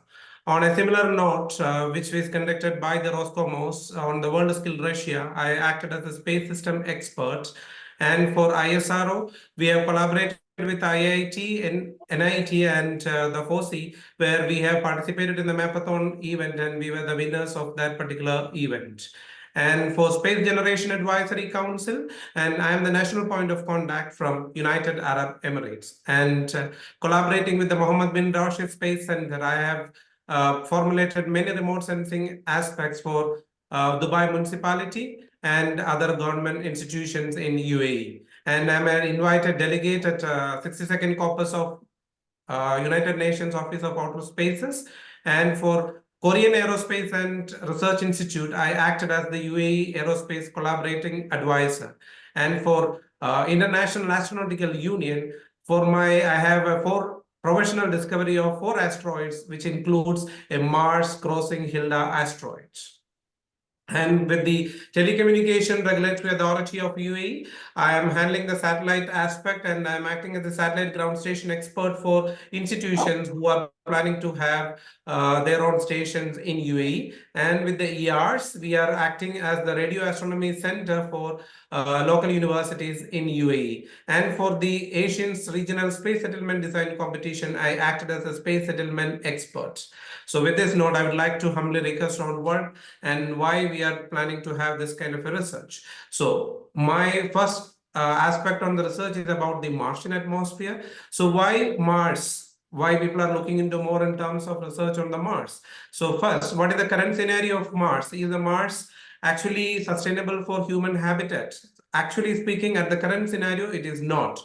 So the reason being that is being a thin atmosphere on the Mars and the lack of oxygen capability and the cold temperature and the harmful radiation which are emitting from the atmosphere of Mars. So why we are still researching on the Martian environment and why it makes it habitable, and the future target, why? Because we are identifying that it is having a past habitability measures in the planet Mars, and it has a potential subsurface for the life of, and it has enormous amount of mineral resources which is available in the Mars. And if you're comparing to the Earth surface, it has more of similarities which we have discovered in our current research and which will be shared with you soon. So this is the reason why we are moving ahead with the research on Mars. So these are the different entities which are doing Martian research, which includes NASA, ESA, CNASA, JAXA, Roscosmos, ISRO, US Space Agency, SpaceX, and Blue Origin. I try to cover up in the governmental institution as well as the private institution, which are currently doing more of research in Martian atmosphere. So coming to the Dubai campus, when we started our research, it is with the help of UAE Space Agency has an agenda of Mars 2117 program. And based on that, UAE Space Agency has launched HOP probe into the Mars, and we started analyzing the Martian atmosphere, and we started doing our research. So our first research is basically on the quantifying the carbon depletion in the Martian atmosphere through ultraviolet radiation. So basically we try to identify how the carbon monoxide levels are varying using the EMM data, that is Emirates Mars mission data, using the payload EXI. So that is how we identified the first research on carbon loss identification in Mars. Secondly, we started on the diurnal variation, which covers on aerosol concentration, surface temperature, and carbon absorption levels. And here we are not only using the Emirates Mars mission data, we use this Emirates Mars mission data, and we compare the data with the Curiosity rover, and we identified that 96% of the similarity. That is what we are in the data during our research. And further, we use the EMERS data for identification of the dust storm in the lower Martian atmosphere. That also gives us a prediction analysis saying that what time there will be a storm which will happen in the Mars. So we can able to identify the hotspots which are prone to the dust storms, and this help us to potentially identify the future dust storms on Mars. And the further research we identified on the auroral formation in Mars. So we basically use the H+ ion concentration, and which help us to identify the thermal signatures at different altitudes. And this help us to identify how aurora is forming in the Mars and what is the impact on that for solar storms. And further, we identified the Planum Boreum ice column distribution. So again, this is a payload which is available in the EMM, that is basically the EXI payload, that is Emerson Explorer image, which basically identify the locations, the depth of the ice columns, and identification of any kind of a buried lakes in the Martian atmosphere. This helps us to identify the energy balance and the water cycle in the Martian atmosphere.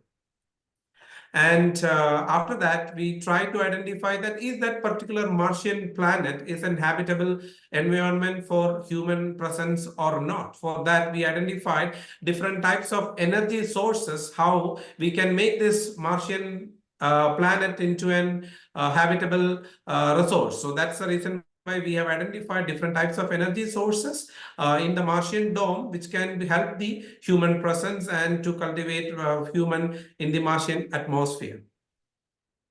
And currently, we are doing research in the terms of Martian agriculture, that basically on the influence of light spectrum in for Martian agriculture using Martian regolith and the hydroponics cultivation analysis. And similarly, that is our first phase.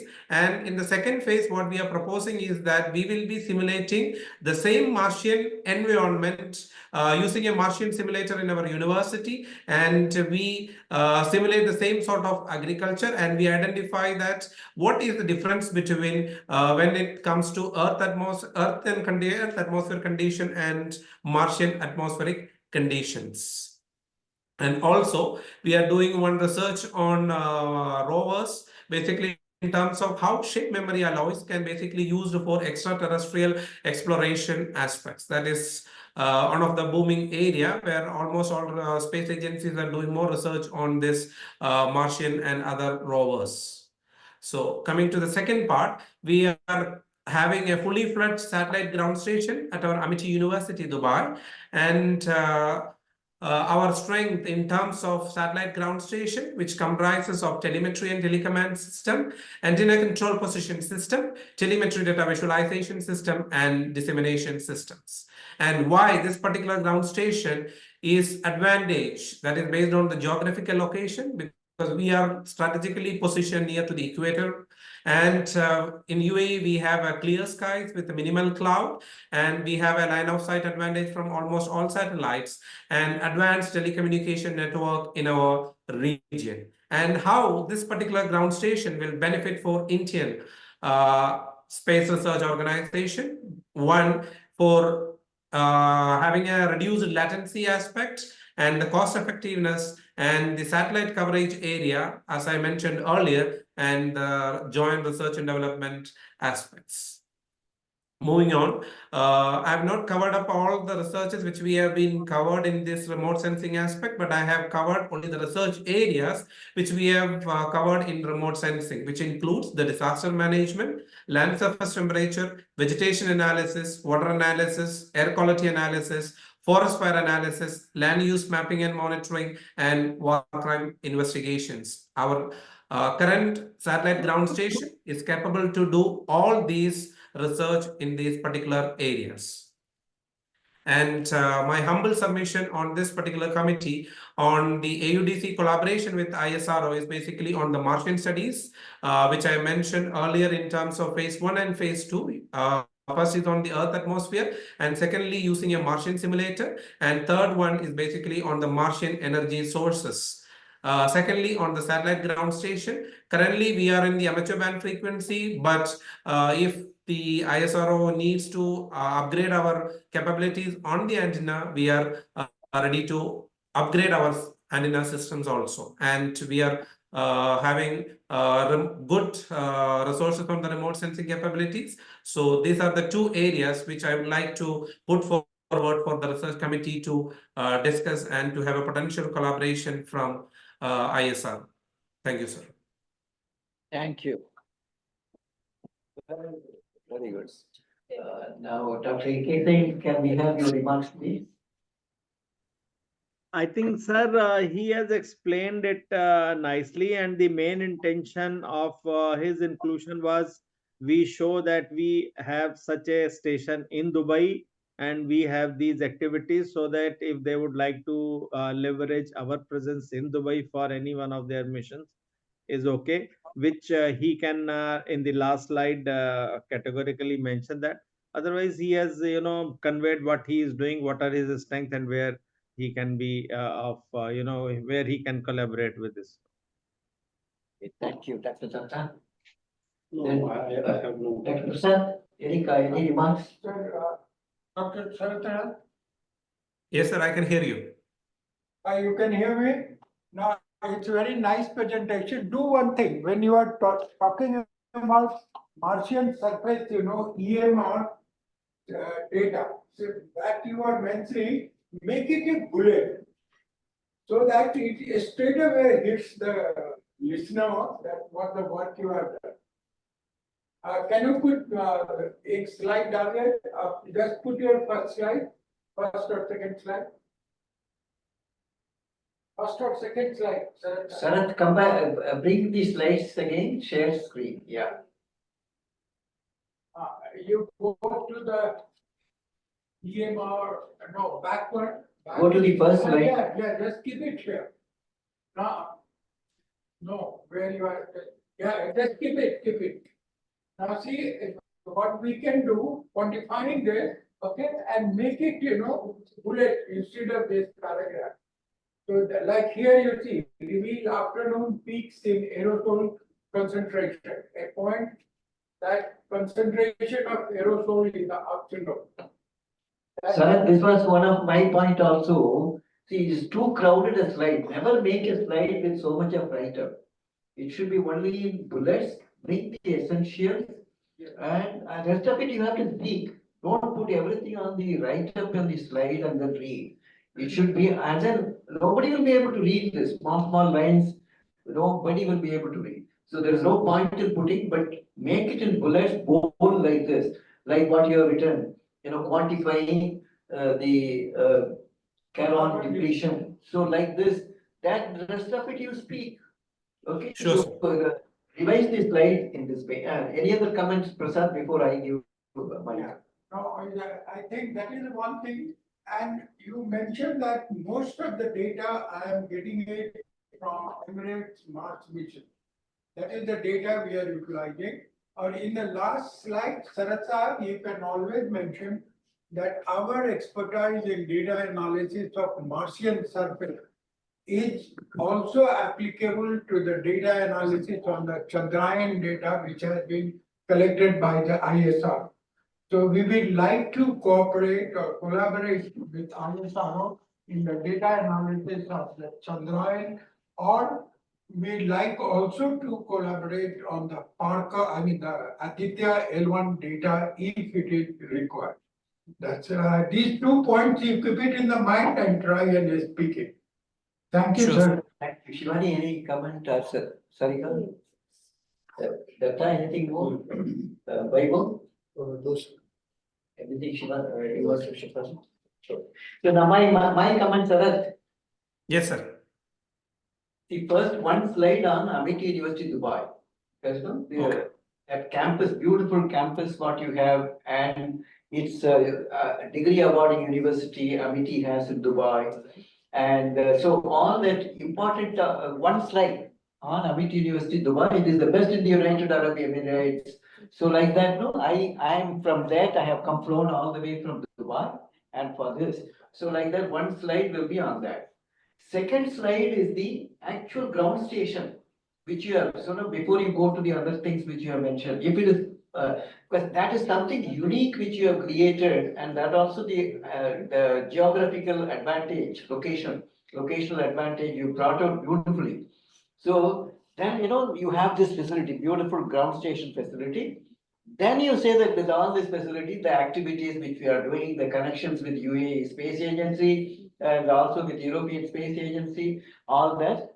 So then what you have done in two areas, Martian environment as well as in the data. Then again, ground station data, what type of data you are getting, how you are using it.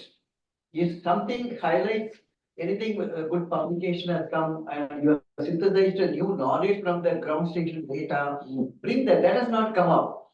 You mentioned about also all theoretical the application potential. If you have found something good, some good paper came out of the data analysis, because it comes under data analytics. So that has not been highlighted. How you have used those data coming from satellite to your ground station. Sarath, can you respond? Yes, sir, I can hear you. Sir, actually, I have not added that because we have more of many research papers which we have done or completed using the remote sensing. So that's why I didn't mention that particularly, but I have covered up the areas which we have. Not for the sake of ground station. You are getting data there, and that Yes. valuable data, you are analyzing, synthesizing a knowledge out of the data to information, information to knowledge. And Sure, so similar thing I can do for ISRO. Yeah, Yes, sure. they are getting huge data from L1, Aditya L1, they are getting from Mars orbiter mission, they are getting from Chandrayaan 4 now is going to do, and Chandrayaan 3 is sending a lot of information from the lander and rover. Rover is now is not functional. So, but it has sent a lot of information. I can analyze it. So that capability should be available. So there is a relevance. And also that I will be able to share the knowledge which we synthesized from my ground station with ISRO. Noted, sir. I will add it. So highlight some of the research findings from your ground station, which has not come in this. That slides should be sharp. Even in the slides, see, so much of write-up. All slides, you have a lot of write-up. Show the next slide. Sir, actually, last time when we presented, I think Dr. A.K. Singh sir has suggested me to add this detail on what we have, what are the outcomes which we have received on this research. That's why I just kept the information, but I will. No, that is all right. But you put it in bullet. Don't write in sentences form. You don't have to write Amity University Dubai conducted research quantifying. You are from Amity University Dubai only. So why do you have to write Amity University Dubai conducted research on quantifying carbon? You write research on carbon depletion. That's bullet in Martian atmosphere. One line. So the whole thing you have conveyed, rest you will speak. So like that, Yes. what I am saying is to improve the quality of slide. The information is okay, but condense it, bring us bullets rather than sentences. Sure, sir. Very good. Otherwise, it's wonderful. Looking forward to seeing you. So then the revised slide I want to see tomorrow. The Sure, sir. I Saturday, will if send it. possible, no, we will have one more rehearsal if required. After I want to see the final form, all the presenters, we will have online. So maybe after improving, if everything is ready, then we will see. I want to see it in the final form with the sequences changed, the slides changed. Once again, maybe Saturday, tomorrow, we'll find a mutually convenient time and then we'll have it. So please send the revised ones. Huh? Sure, sir. Thank you, sir. Thank you. Prasad sir, now Dr. Gagandev will speak from Haryana campus. Gagandev, are you there? Yes, she is there online. Now, you have the biodata. I don't have. We have complete profile booklet. Okay, so you share with me. We'll share. Now we will have Dr. Gagandeep Kaur, who is going to speak on a fuzzy decision making and its implication on the space data. Gagandeep Kaur, can you start? I will have to do Yes, sir. that. So am I audible? Yes, yes, go ahead. Okay.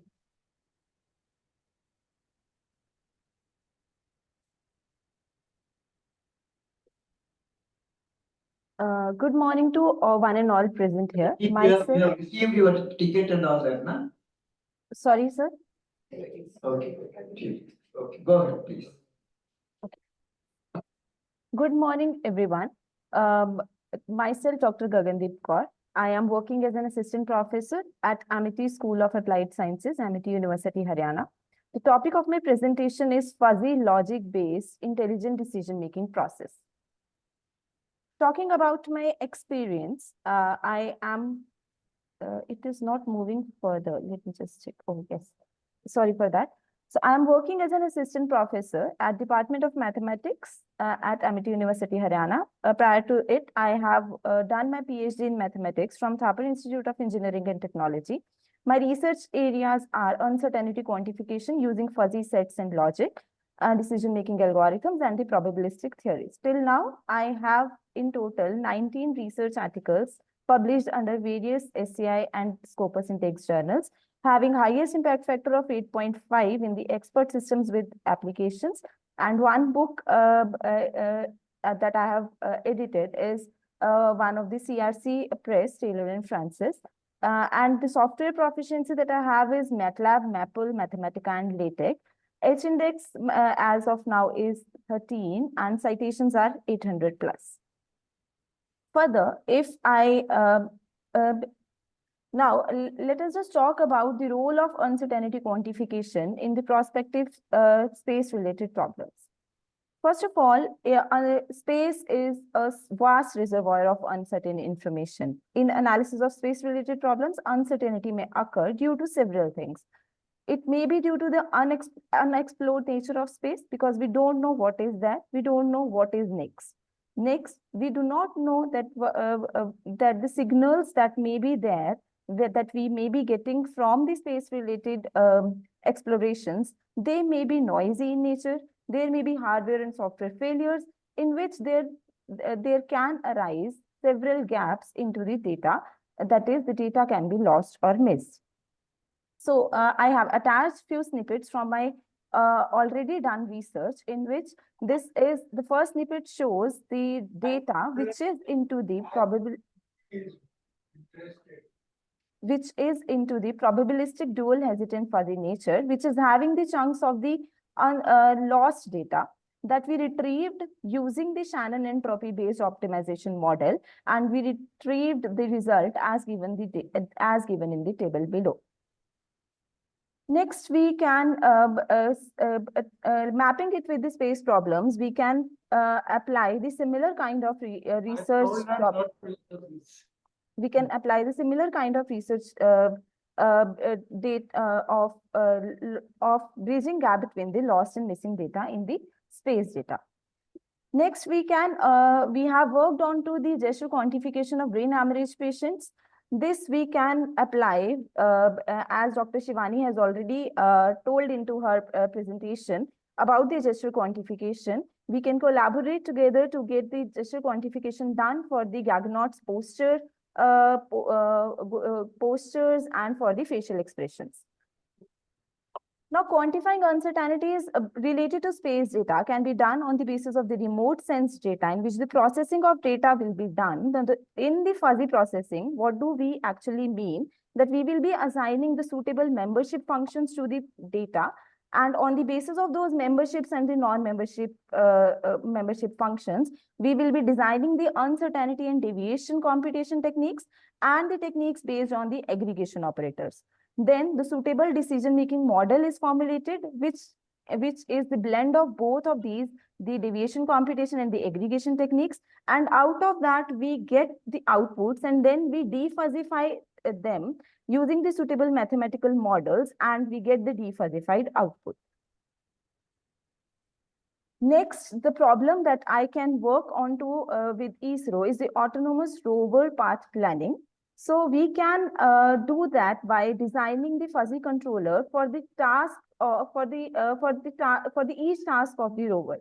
In designing controller, again, the membership functions plays a crucial role, and the membership of each controller can be aggregated for the synced working of the components. Related to this, I have already worked on the autonomous vehicles and designing their parking algorithms using the probabilistic neutrophobic hesitant fuzzy sets and the customized membership functions on the basis of situational analysis in the bipartite graph theory, as you can see into the left corner of the block, that is algorithms for screening travelers during COVID-19 outbreak. And here the membership functions were designed on the basis of the bipartite graph theory. This is typically an algorithm in which the use of bipartite graphs was done to get the membership functions. Now, in the rover analysis, there may be a bipartite graph linkages that if this signal is coming, then the rover should act like into a certain manner, let's say A. If another signal is coming, then the rover should act into the manner B. On the basis of that, we can map the bipartite graph, and as it is given, into the steps 3, 4, and 5, we are doing the probability determination related to the membership functions. And in the steps 7, 7, and 8, we do the normalization of probabilities because we know that the ultimate sum of the probabilities is 1. So if it is not, then to fit it into the mathematical models of the fuzzy decision-making process, we normalize the probabilities, and that is achieved through the step 7 and 8 of the algorithm. This algorithm I have applied into the autonomous vehicles parking problem. Next is fuzzy image and video processing. Now, there have been earlier discussions in the other presentations about the image processing and the video processing.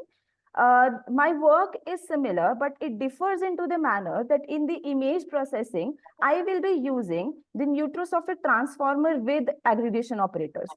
The published experience that I have into it is of making a new method for image processing using generalized linguistic neutrophobic cubic aggregation operators. So in this particularly, we make a transformer aggregation operator, which looks like this as in the given slide, where GLNCWA stands for generalized linguistic neutrophobic cubic weighted aggregation operators. Here, the first bracket gives the truth values, the second bracket gives the falsity values, and the third bracket gives the indeterminacy value captured under the neutrophobic cubic environment.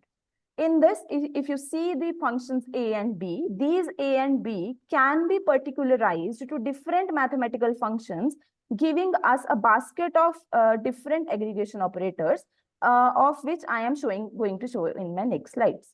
So as you can see in the original image, that is the A image of A-Lena image, on applying the particularized GLNWA operator, we obtained linguistic neutrophobic cubic weighted operator as shown in figure B, and the result was this. You can see that the hazy Lena image has cleared to a certain extent.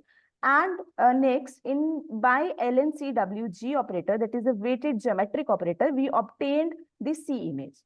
Further, this is the image that I have particularly entered into this because in ISRO space missions, there may be need of the background detailings. So the operator that is LNCWA, that is linguistic neutrophobic cubic weighted aggregation operator, helps in the clearing the vision of the background, that is for enhancement of background as well. So in A image, you can see that the background is not clearly visible, and in fact, the image is really hazy.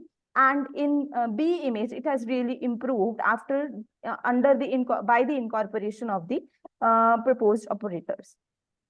Similarly, as I earlier said, that the aggregation operator that I showed can be particularized to different functions by fixing A and B to a basket of operators.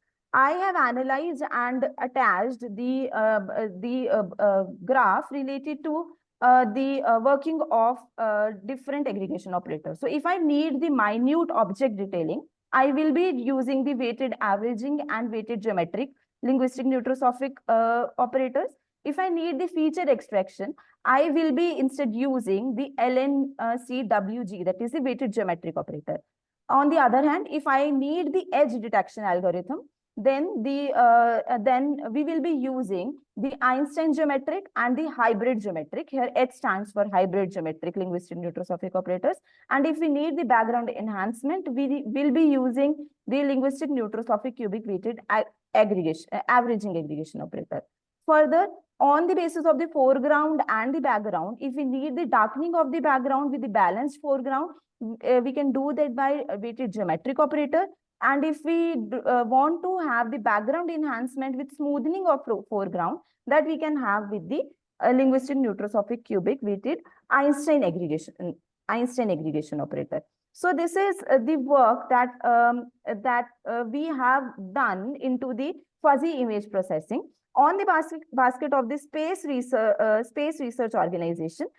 We can apply the similar customized algorithms on the basis of the SAR images to process them, and any related images that we will be obtaining from the satellites to apply different linguistic functions over them and to obtain these image processing things get onto the photos that we obtain. So with this, I end up my session, end up my presentation. Thank you for your attention. Very good, very good. Please, Prasad. After that, Lady Singh. Govinda, can you hear me? Yes, sir. Yes, sir. Look, I had requested you that it is not a mathematics class. Yes, sir. Please go to slide number 1. Yes, sir. I had requested you that you put your information of fuzzy inferencing as applicable to the So that Santosh, we are also joined by Vice Chancellor, Amity University, Maharashtra, Mumbai. Welcome, Santosh ji. And we are all very eagerly looking forward to listen to you and your colleagues on the astrobiology. Sir. Thank you, thank you. Thank you, sir. Yeah, Prasad, go ahead. If you have any comments also, you can. Sure, sir. Santosh, you can make. Slide number 3. You Yes, please put the result. Nobody is interested in listening, they know what is the missing data transformer, what you are using. I had requested you, please put the result. Now coming to the slide number 4, can you show the slide number 4? Yes, sir. See, when you say gesture quantification, I had asked you, what is the result of this paper? You Okay, put sir. result that look, I have done this job and I can implement this job to the Gaggannaut's gesture calculation, which can be used for health analysis later on. I requested you that Dr. Shivani is developing something so that you can mention it here. Please sit down and please talk to me after this, because you have to add something about space. And Okay, last slide, please go to the last slide. Yeah, this mathematics is not required, madam. This slide. See, this slide does not convey any meaning. You simply say that I can detect the minute object, put an image. Like you have put the cameraman, what I requested, take a satellite image, run this through that satellite image. Or if you don't have a satellite image, I will send it to you, a smaller portion on which these algorithms you run and show them. We have about 4 or 5 days more, so there is nothing, time is enough. And put it that this is how I can use it for the space. Thank you, madam. Thank you. Okay, Any sir. problem, give me a ring. Thank you, Prasad. Is Dr. AK Singh? AK Singh? Sir, I think one point common that let's not be in the teaching mode. The number 2, can you bring out somewhere, because you had been talking of fuzzy imaging and you had been talking of LNCW, LNCW, GHG, etc. How is it differentiator? Number one, is this specific to you? One, if not, your contribution, you might have gained some expertise so that you can do better than others. Somewhere you have to bring out that what is your strength in this. Yes, sir. Okay. Understood? Because your whole presentation revolves around this mathematics. It's a great strength, but you have to bring out that why you only. Yes, sir. Okay. Understood? Please bring it out. Good, Okay, good. sir. Good suggestion. Thank you, Dr. A.K. Singh. So again, so you incorporate all this and we would like to see, Dr. Datta, do you have any comments on this? No, I think you have covered, but one point. Can you hear me? Yes, Can sir. you hear, Datta, sir? Actually, that Lena image is banned from March 2024. So don't use it anywhere in this research anywhere. Their family has taken an IEEE Springer, all publishers have banned Lena. Are you aware of it? Hello? Hello. Yes, sir. That Lena image you have shown, Lena image. Yes, sir. It has been banned, from March 2024. So Okay, all sir. publishers have banned it. Everywhere they have banned it. So we are Okay, not sir. supposed to use it in not only in ISRO. Never use it in your future. It has been Okay, banned. sir. There's legal complications going on. Okay, sir. Okay. I'll remove that. US court they have already given. Yeah. So please remove that also. Now coming to anybody else, I would give my suggestion. Again, Yes, sir. first of all, your time management is good and your presentations, it needs certain improvement. Like Prasad said that don't have, and also Dr. A.K. Singh also mentioned, don't make it like, a classroom theoretical teaching on mathematical modeling. So bring it into, say, some of the important areas where you can emphasize. I'll give some examples. Yes, sir. Uncertainty quantification. It is very important, and you have a capability in that area, because there are many, many uncertainties in space missions. Because many things are unknowns. And so you are working, and also gap filling, whether the last or missing data. Because Yes, many times data transmission, you lose certain data. So how do you fill that gap? Your strength is in that area. And then the second is autonomous rover path planning, you mentioned. How your capability using the fuzzy logic and other capability which you have will be able to make it better. This rover path planning, how do you make it more autonomous and with more accuracy, with less incidences? That you bring it.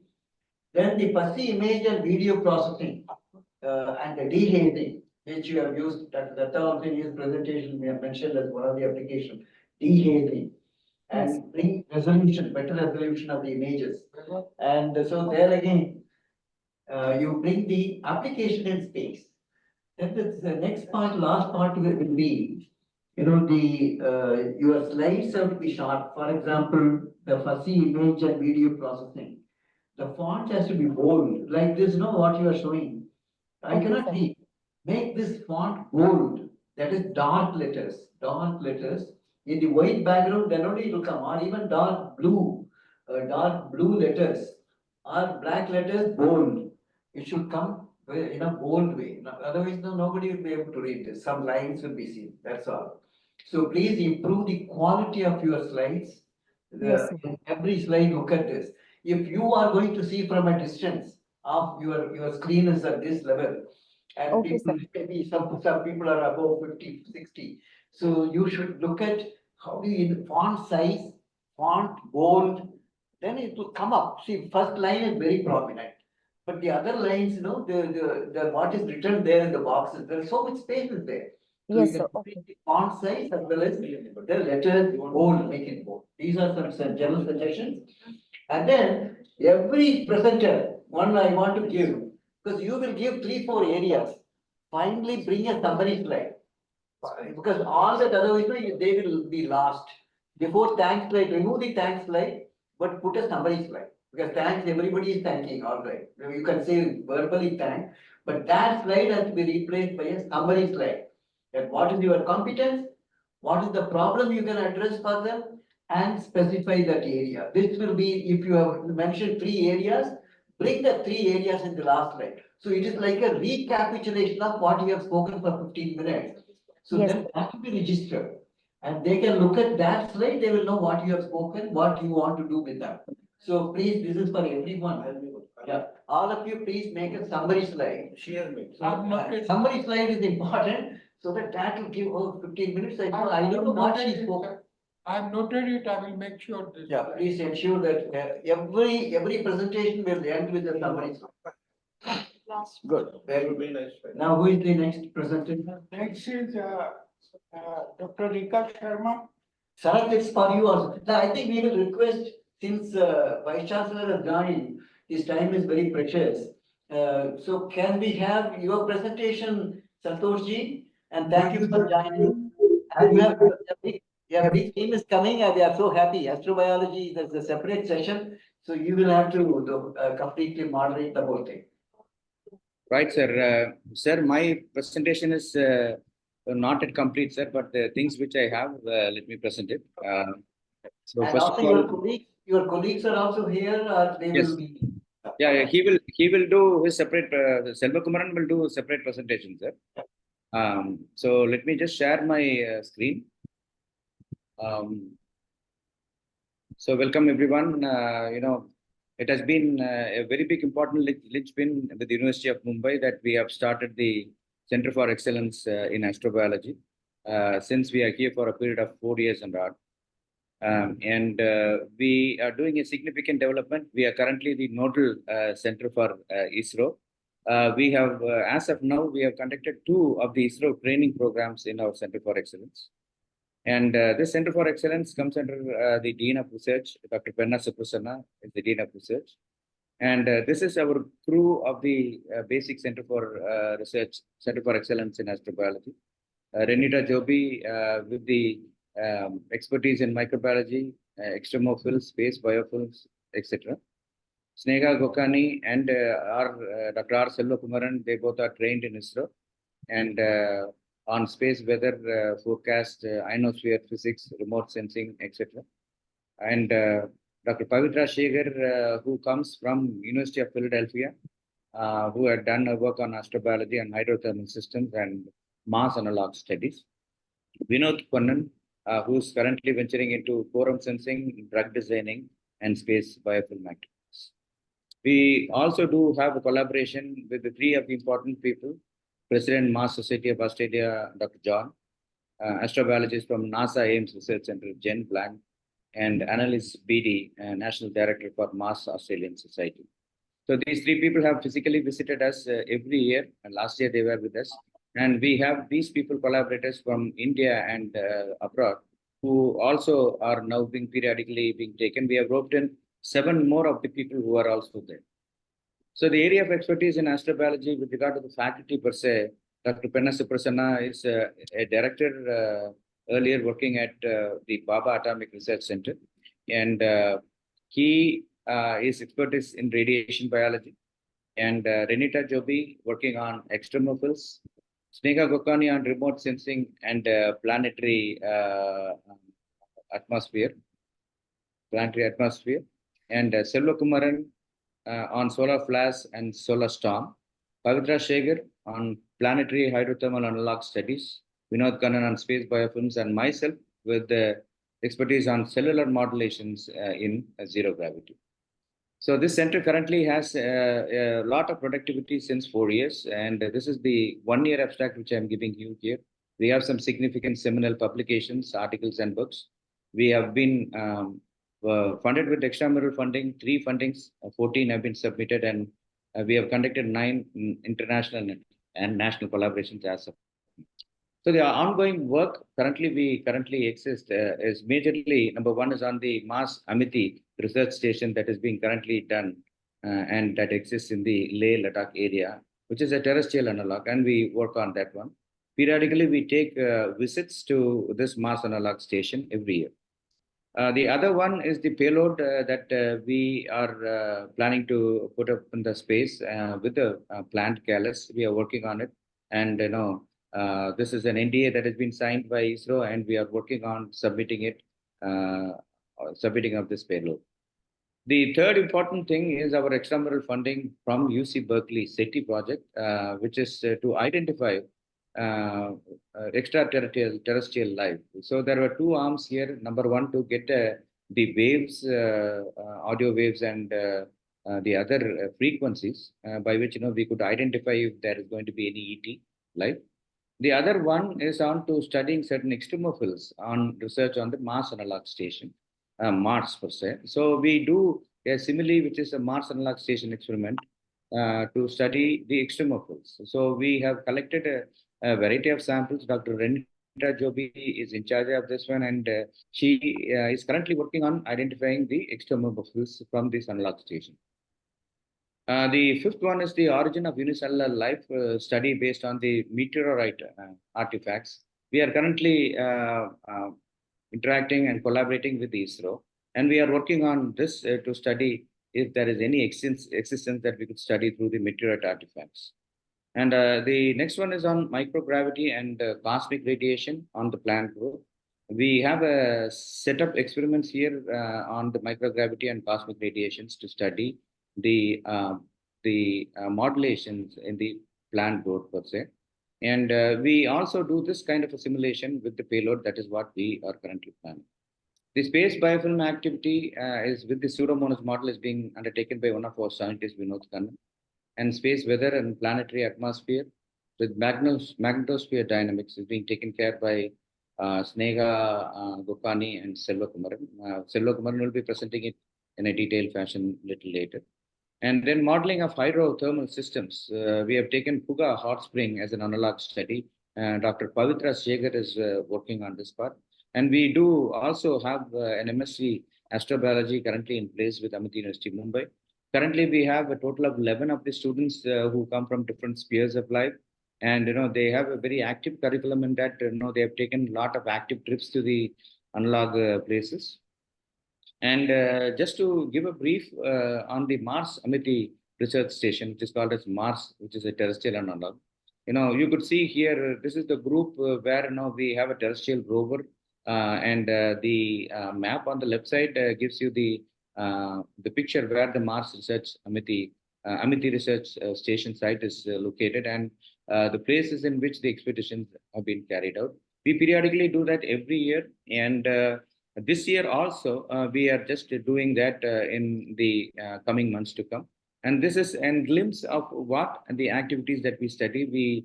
We study the rock samples through collaboration with certain other universities like University of Pune, and also certain Department of Space laboratories. We also work on the Puga hot springs that you would see here, or on the perma staff, where we could collect the samples and then we could isolate certain extremophil bacteria. And we are also just planning to do the expedition from 31st of March to 7th September. This is being sanctioned and approved by our Honorable Chancellor, Dr. Asim Chavanji. And it's a very big skeletal support that Sir is giving to us on this part under the aegis of our Honorable Founder President, Sir. So we have 30 seats currently in location. You would see the map in which we are doing the expedition part. This is being divided into 5 different activities: field research, interactive sessions, night sky observations, and outreach activities. What we are doing here is 30 of the people from different places in and out of India will be the participants, and we have 3 of the participants signed up who are our collaborators from outside the country, from Australia and from NASA. So Mars Amity Research Station consists of the Puga Hot Springs and Sokar Lake. We have identified certain extremophils. We are working on it on the molecular study of them as well. This is the payload simile that we wanted to tell you that we are planning to put it on space, and currently this is now it's an ongoing process. And our Honorable Chancellor has given certain timeline to do that, and we are working on with the ISRO. So the work done earlier is the one that we have done so far, but the problem was because of the COVID, we are not able to do much of an activity. We have started it again, and we are doing that. We do want to do it in 2 different phases. Phase number 1, payload 1 and payload 2. And this is our MSc Astrobiology group. Currently, we hold with the faculties there. And one of the other important things that we have done with our Amity Center for Excellence in Astrobiology is we have conducted a next generation project display of different ideas of the space expeditions and other activities that we are currently following. And our students have come up with some new different ideas. We had the expertise from the other laboratories come and visit and judge them and give them the prizes. And ISRO is now, so Astrobiology, Center for Astrobiology is a nodal center for the START program and also for a couple of other programs that we are promulgated now. And these are a couple of advertisements, PR that have come on the thing. And we also did a Amity University Mumbai family watch on the Chandrayaan tree. And this is also Chandrayaan tree. And other significant contributions include the space biology experiments that we currently do. And, one of the important significant things is the Amity University, University of Berkeley City Research Node. This is being currently continued. We had two of the research fellows who have been funded by University of Berkeley. We are continuing there. And this is, as I've told you already, this is we are just combined with the giant meteor wave radio telescope in Pune to identify a breakthrough in the wavelengths of any extraterrestrial activity. So these are the other activities of our other faculties. Dr. Pavitra Shekhar is studying on the 3D mantle modeling of Mars and Sirius. And, she is doing a computerized model in order to study that. A couple of her seminal publications have been done on high impact journals. And this is on the Sirius part. And the current thing that she does is on the impact on the hydrothermal systems, where she is studying the ultimate brine formation in these systems by 2D numerical modelings. And the two places where she had selected as the place are the Greater Studies and the Hot Spring. And Selva Kumaran, who's with us in the panel, who will be also talking about his individual thing. One of the interesting things with Selva Kumaran and Dr. Sneha Kokani is they are establishing a very good satellite center here at Amity University, Mumbai. And now it is almost, now it is ongoing. So this will retrieve the data from NASA and Aditya L1 in order to study the space weather laboratory. And we also have a combination of their work along with the Department of Weather Forecast. So the Department of Weather Forecast has already set up an antenna here at Amity University, in one of our tall buildings here. And we are getting our national data as well for interactions and studies. So this is a couple of activities on the Whistler lightning correlation studies in order to study the solar flare, what happens to the roaring sea and other things during various types of modulations and how satellite tracking could be done. And PLF applications. And these are a couple of significant publications from Center for Excellence in Astrobiology, where you would see here. We have had significant publications with the Leh Ladakh and also on the terrestrial analog. And these are all our recent publications on the deep sea extremophiles as combined with the analog station here. And the proposed space project targets that we currently hold. Number one is on the cellular and physiological nutrient and molecular study changes that happen in the cell line. A similar study has been already conducted by me exclusively when I was in the US. We had a NASA funded project, which I'll be talking a little later. And also we are now doing on the space mutagenesis study on the breeding of rice varieties. We have 4 of the rice varieties currently in place. We are currently conducting research on this one as well. So this is our interaction with the Space Physical Research Laboratory here, where we have a very active interaction with Ahmedabad. And the other important study is on the unicellular human cells, the eukaryotic cells that you see here. And what you see here on the left is the eukaryotic cell, where we could see what is the variation that happens when a bacteria is going to interact with that, and what is the difference that this interaction happens in the Earth as compared to the space here.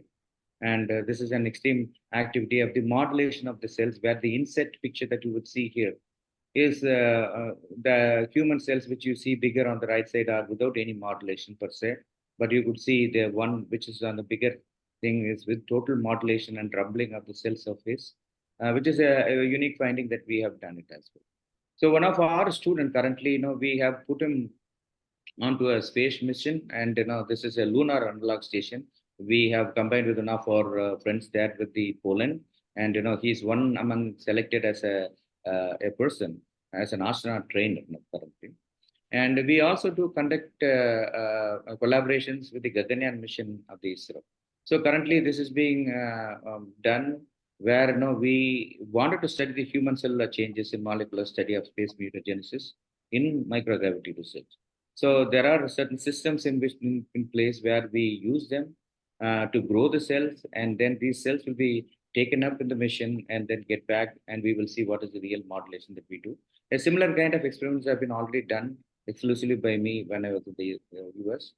We also took part in the Vikram discussions at PRL, Department of Space, where there was a very top tier people who presented on the Department of Space and other research activities. We were fortunate enough that we presented our findings and also our activities in front of Dr. Somnathji. And this is one of our students who was, which I was just talking about, the mission Pegasus, our analog station that where he's being selected one among the crew here. Our MSc Astrobiology students also visited various ISRO laboratories. You see here are a couple of visits that they've taken. This is just to give you a glimpse what is the work that is being earlier done with regard to the cellular changes that happen in the microgravity. So this experiment is being conducted in 2 phases within a period of 4 years span, where there were 2 expeditions that have been taken. And you will see the crew. This is the group of members that who have been involved as crew. And this is to study the impact of microgravity and space flight in order to study the neonatal and cardiovascular progenitor stem cells. So as you know that stem cells play a very vital role in the propagation of the new cells in our system. And we wanted to study what is the variation that it brings out if it is going to be there in the space. And this was conducted through the SpaceX CRS-11 that you will see here. And many new findings have come here. We will be able to promulgate in the fine-tune this presentation for the final. So with this, I really thank you all. Even though it's going to be a very minimal work, we will fine-tune this during the for the final presentation. Thank you. Firstly, it is a great pride that Amity University, Maharashtra, Mumbai is the Center for Astrobiology, which is recognized by ISRO. So, and all that what you presented is very valuable. Maybe some of those where you are showing only photographs and which you can see that, whether you can eliminate some of them, and that I leave it to you, because you want to show that you are connected with ISRO. So that's why some of them are emphasized over there. Otherwise, emphasize more on science. For example, what you did in US, that will indicate your capability, whether the mutational changes, stem cell changes, what happens in low gravity environment. Maybe one slide on what you did, which is something unique, which you did when you were in US in collaboration with NASA. This can be added if you have those slides. And you can mention that when you were in US, you did this study. Then the other thing is, even Mars analog station in there, what research is being done, let it be highlighted. The expeditions going there is important, but what they will do over there in that expedition, that also can be brought out while you are discussing, while you are showing that slide. Or you can even, one side you show that the expedition mission objectives are these, so that they will know that they are not going just for seeing the Ladakh, but they are going to do these observations and experiential learning in these domains, like all those. Then also the extremophilic, what is that you have found? If some studies which you have isolated from that hot spring, you can show even those microbes, if it has been characterized, if some data have been collected, published, bring such things, what has been achieved by your astrobiology center, that let it be highlighted more in terms of the scientific research which has been done and its relevance. Why do we do that? By knowing, so what? So what information, knowledge which will be beneficial to humanity, whether the life existed or whether life will exist in Mars. So by studying this, I can see that similar microbes are possible to be there. So related to the actual situation, what you do in Mars Analog Station, how it will be relevant when you are planning the habitability of people in Mars.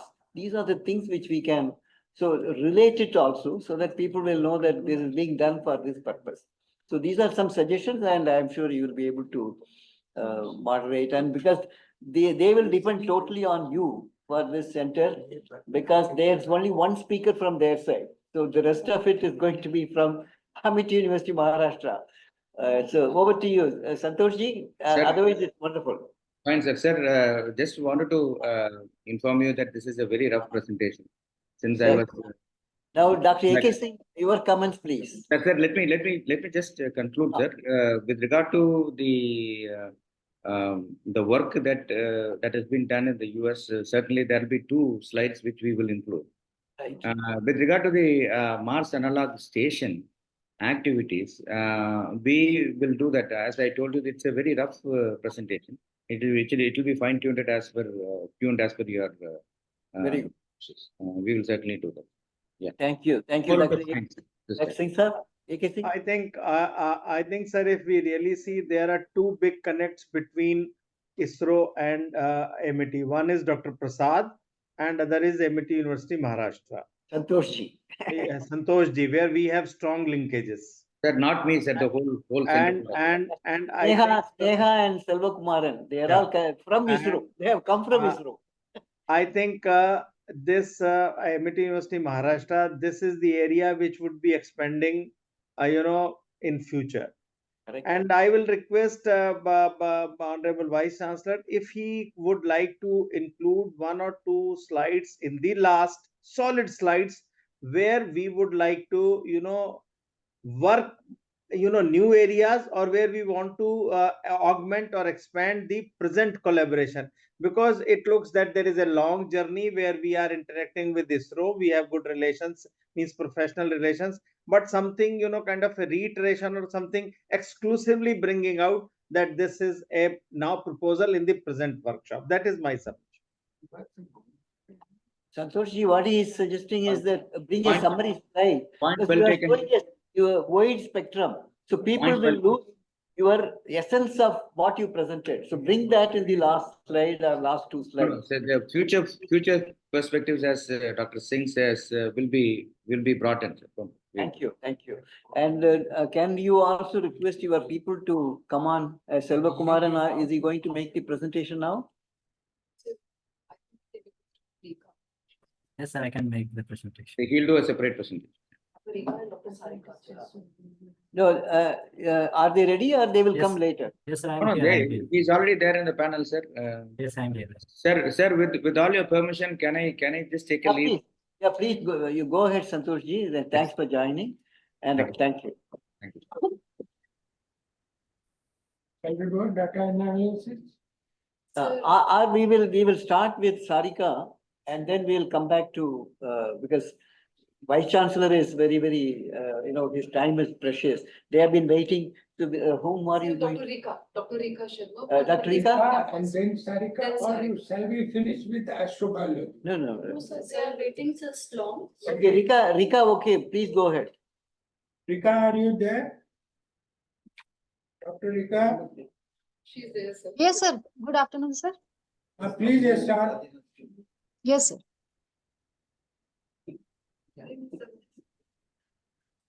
I told them, but बाद में करते हैं. Yes. I have tried to tell them, moderate, let's see.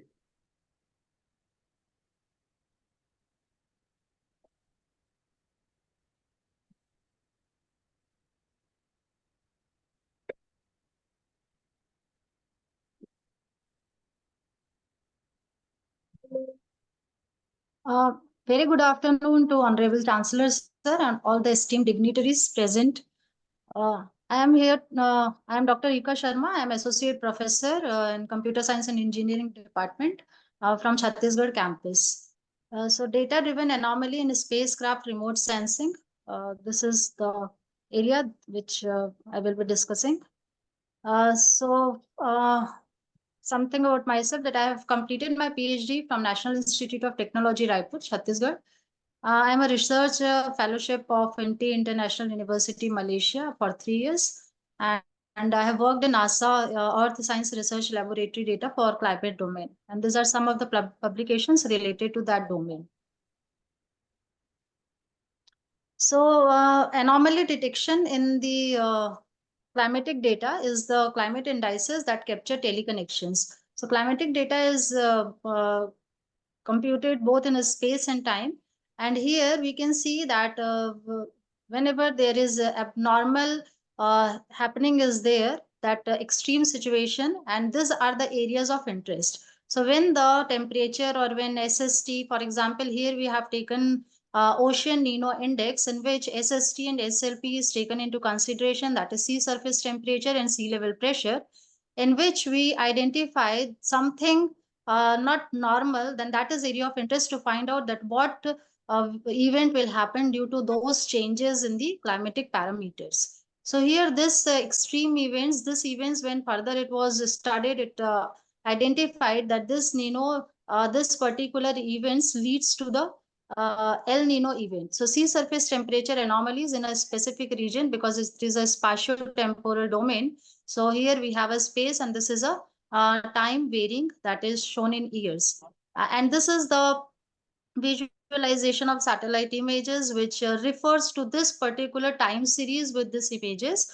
Whenever this event has occurred, we can see that there is the red one shows the El Nino year and the blue one shows the La Nina years. And the effects is there is drought in some parts, and also it affects the Indian region also. So there is drought whenever El Nino years are there. So this is the work that we have done. We have proposed some significant change detection method, and through which we have identified the extreme values for up values also if it is not normal, and these are the events that represents the La Nina years. So this matches with the visualization part. So this extreme one in the upper side is showing the El Nino portion, and the extreme in the lower side is showing the La Nina year. So blue is denoting La Nina, whereas El Nino is represented by red. And this is the change detection that we have identified in a spatial perspective by using our algorithms. So this is a data-driven algorithm because it is an unsupervised learning and we do not have the data labels. So we are identifying the data-driven algorithms to identify the extreme events in the form of anomalies. So this is again, this is a neural network model that is self-organizing map, which is used to generate the best matching units, and that has identified the El Nino and the La Nina years in a respective years. And this has been generated, this visualization of this best matching unit is matches with the our proposed algorithm. And this is the frequency of the occurrences of the two events in different years. So space anomaly detection in this, we have a satellite data, we have satellite images. So here, any particular region can be the region of interest, which can be further evaluated, investigated for something new or something scientific discovery it may also lead to some scientific discovery. So these are the areas of interest, which is not normal in nature. It is called as anomalous, and it is spatio-temporal in nature. So we can we have to identify for particular specific region, and based on the time how the changes has been done, that can also be identified. So change detection algorithm along with anomaly detection can also help us that how the anomaly has been grown in years, or was there actually the anomaly, or it is anomaly with respect to time, that can also be identified. So detecting anomalies, it identify unexpected and normal behavior, and it is very important to take the necessary corrective measures. What are the challenges in computing this type of data, processing this data, is because it is high dimensional, it is non-linear and non-stationary in nature. So this definitely are the challenges which needs various level of pre-processing methods to deal with this nature of the data. Then diverse surfaces in Mars. So Mars is having diverse surfaces because different part of Mars surface is different from the rest of the part, and in same surface may look very different in different seasons. So uh, that diverse surface is also one of the challenge, and anomalies are not visible in the images. So that is need to be identified, that patches of images, okay, that I will discuss in the next slide. So anomalies are clearly not visible in the images, that has to be processed to identify those anomalies. And one is the threshold method that needs to be identified, because to identify anomaly, first we have to set the threshold value which we are considering as normal and which event we are considering as not normal. So threshold value needs to be identified, and for that either data driven methodology can be adopted, or there are various threshold techniques available that will work or not. That has to be find out by processing some real time data.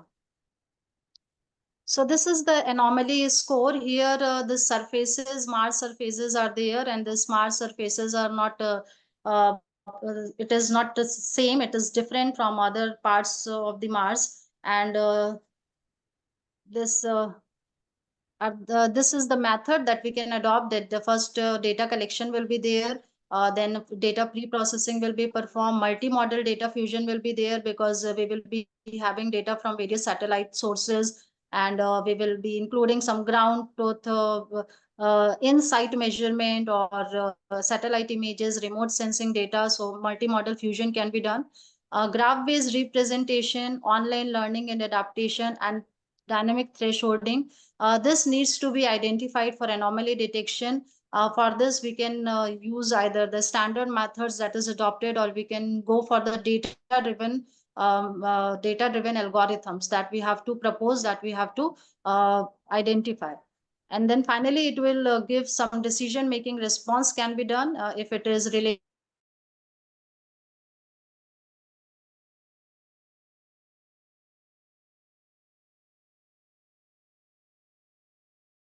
action is to be taken. Action and decision explanation. In this particular part, explainable data analytics can also play a role, in which why that particular anomaly has occurred and what explanation of that anomaly can be there. For that, we can use a explainable data analytics.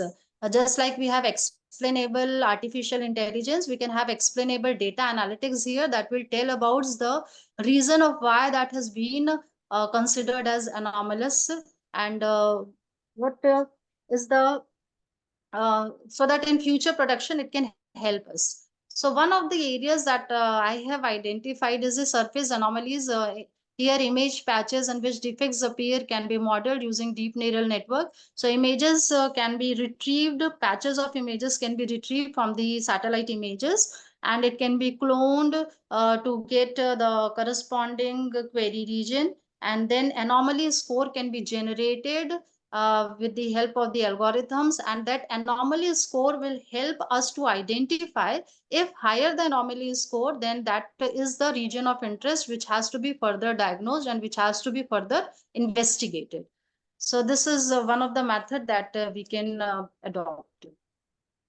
So these are some of the pushing frontiers of scientific discovery by using some advanced anomaly detection methods. So these are some of the areas that I have identified, that is a spacecraft diagnostic, in which anomaly detection can play a very important role. Then planetary mission is there. Here we can have a data from the rovers and the orbiters, and we can have the changes that is happening in the surface, and it can signal potential discoveries.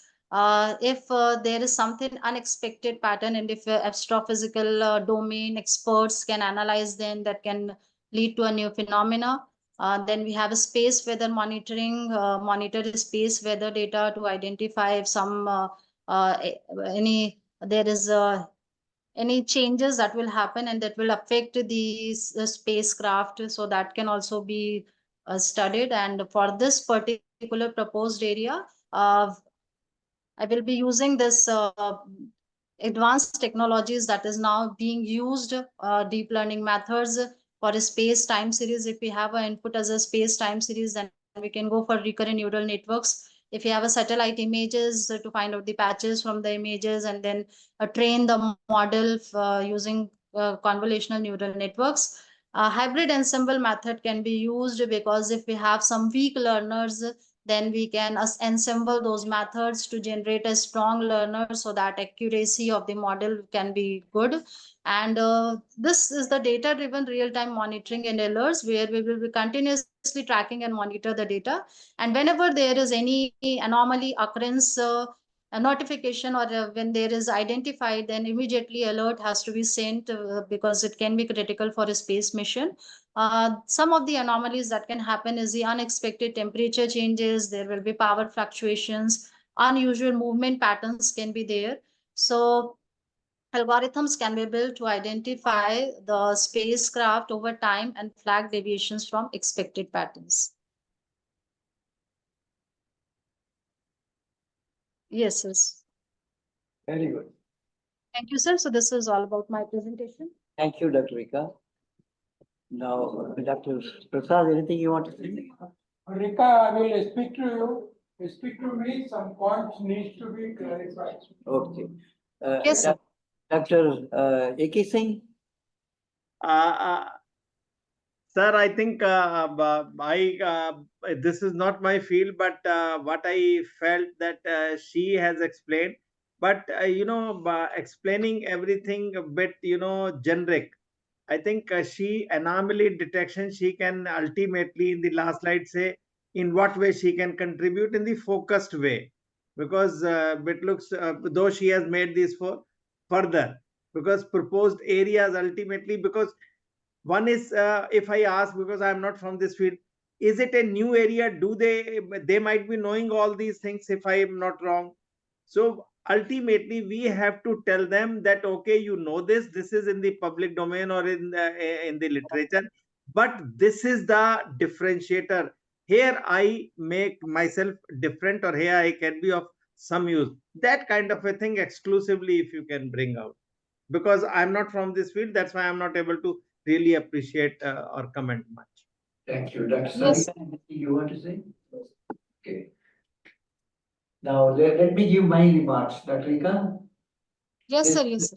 It is a good presentation. It has improved quite a bit from what we saw in the first two presentations. Compliments, and you also stick to the time also.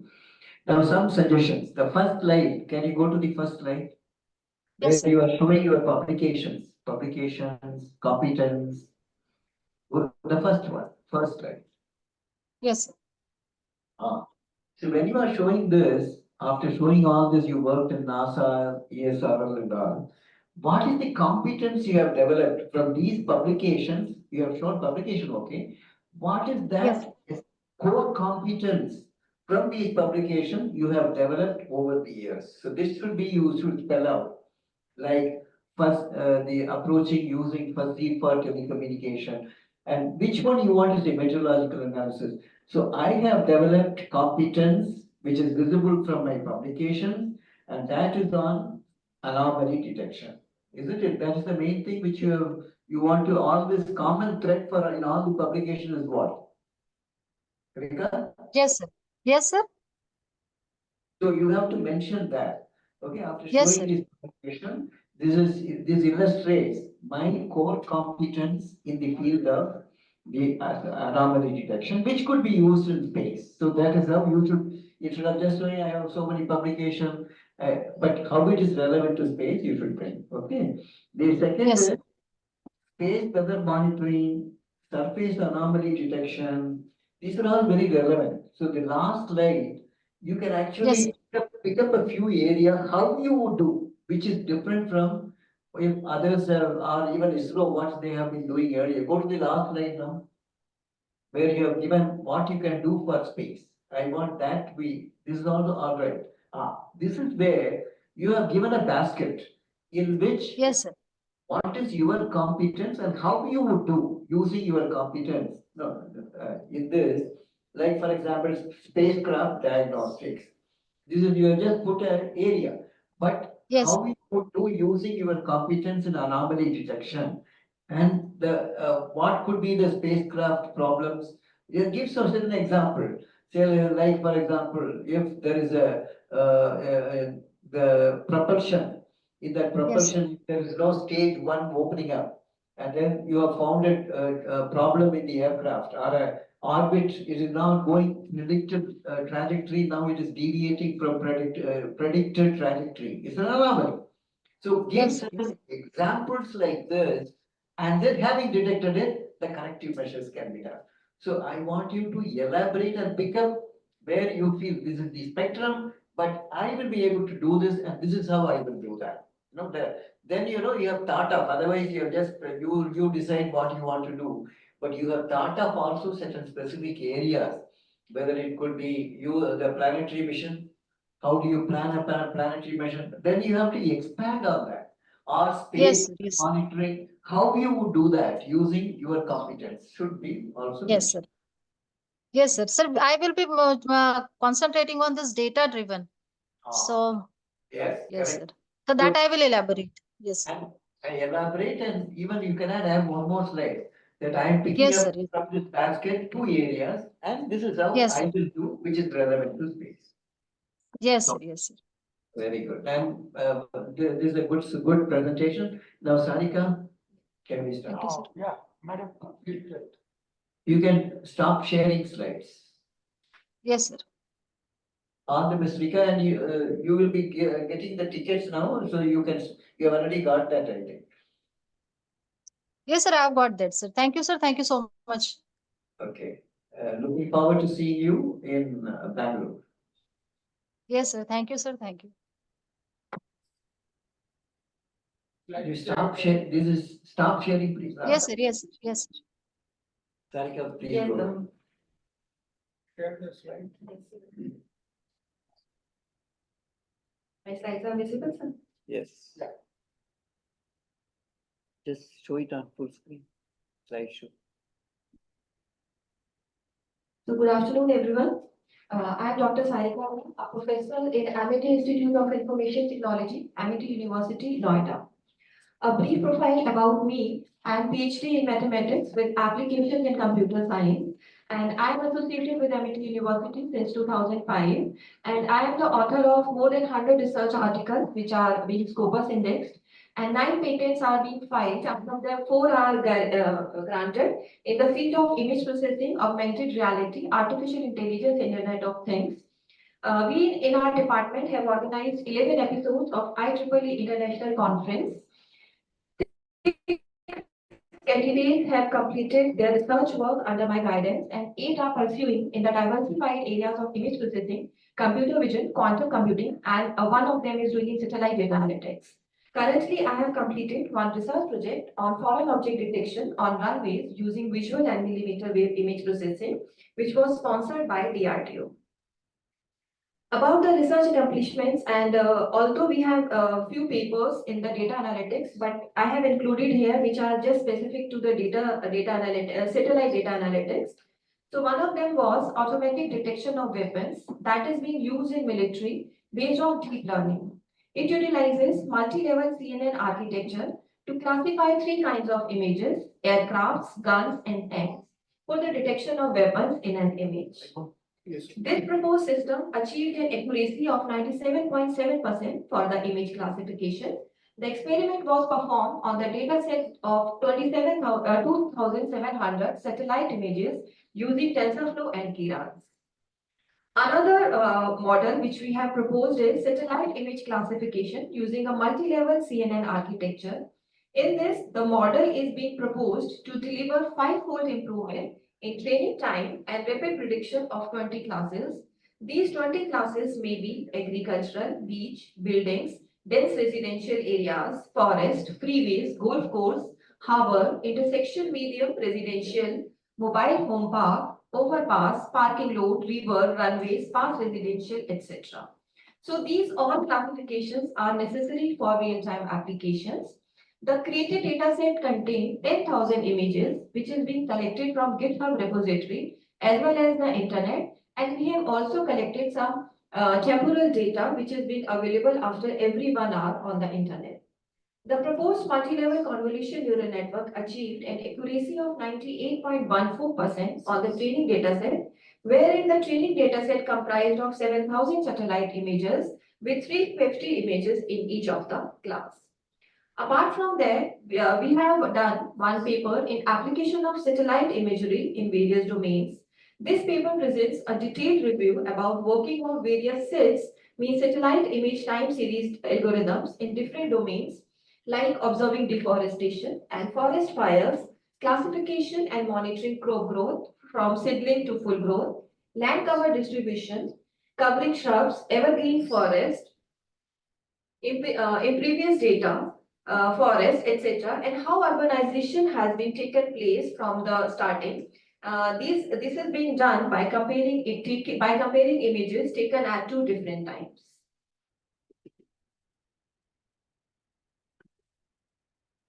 Okay. Although we have a huge lab, artificial intelligence lab, which have the huge facility, but apart from that, in our department, Amity Institute of Information Technology, we have developed a small data science lab named as Data Science. It is being just to promote the research in the area of data and analytics as well as computer vision.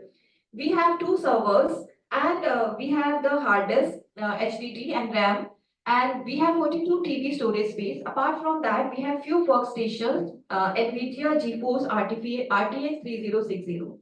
This facility is being developed or established in Amity Institute of Information Technology to help faculty members, students, and research scholars to make use of high-end computing facility. And this facility they can avail in the lab as well as they can use it remotely from their home as well. So for this we create an instance and they can use the facility from the home. Okay.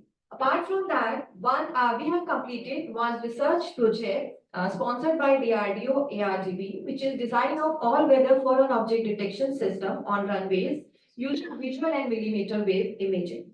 The objectives were the integration of millimeter wave and visual main camera for the sensor fusion, detection of foreign object on the runways, and customizable calibrations for varying detection threshold and requirements. So what we have done in this project is, in general, very small objects like chargers, safety pins, and some small nut bolts, they are being found on the runways very frequently. So it is quite hazardous and they could be accidental prone to the planes. So what we have achieved is we have taken the help of 3 sensors, optical sensors, thermal sensors, and millimeter wave sensors. We have integrated all 3 of them through the Python programming, and we have developed an object detection algorithm. This algorithm will give us not only the objects present in the image, as well as it will give us the range and which place the object is being present. We will display the FOG and then we will calibrate the display. So carry forward this idea or the expertise of dealing with the radar data. We have another aim which is in line with the ISRO. Our aim is to develop a system with the ability to predict gain probabilistically on a 1 to 2 kilometer resolution grid with a tempo resolution of 15 minutes and lead times up to 60 minutes. So here we can apply a data-driven technique. This could be employed based on either the time series radar data, which we can get it from the ISRO, or the satellite image data archives, which could be extrapolated using 2 main procedures. These 2 procedures could be diffusive process in Fourier space and the deep learning networks. Diffusive process in Fourier series, this is just a light diffusive, like a Fourier space is a spectral subspace. So if we can find out like a light diffusive, how the spectrum is diffusive, and there is a mathematical expression to do all this stuff. Another is deep learning approach, which we can do. Architectures like UNet, convolution LSTM, GAN could be used And our approach could be a combination of CNN and LSTM to create a spatio-temporal deep learning architecture. The input is radar images. Our concept is we can just extrapolate this overall concept to the ISRO because we can predict the weather at any weather of any place anywhere. So I can do the same concept for ISRO, any site prediction of the weather half an hour before what could be there. So our concept is to predict the weather of a particular place 15 to 20 minutes or half an hour before.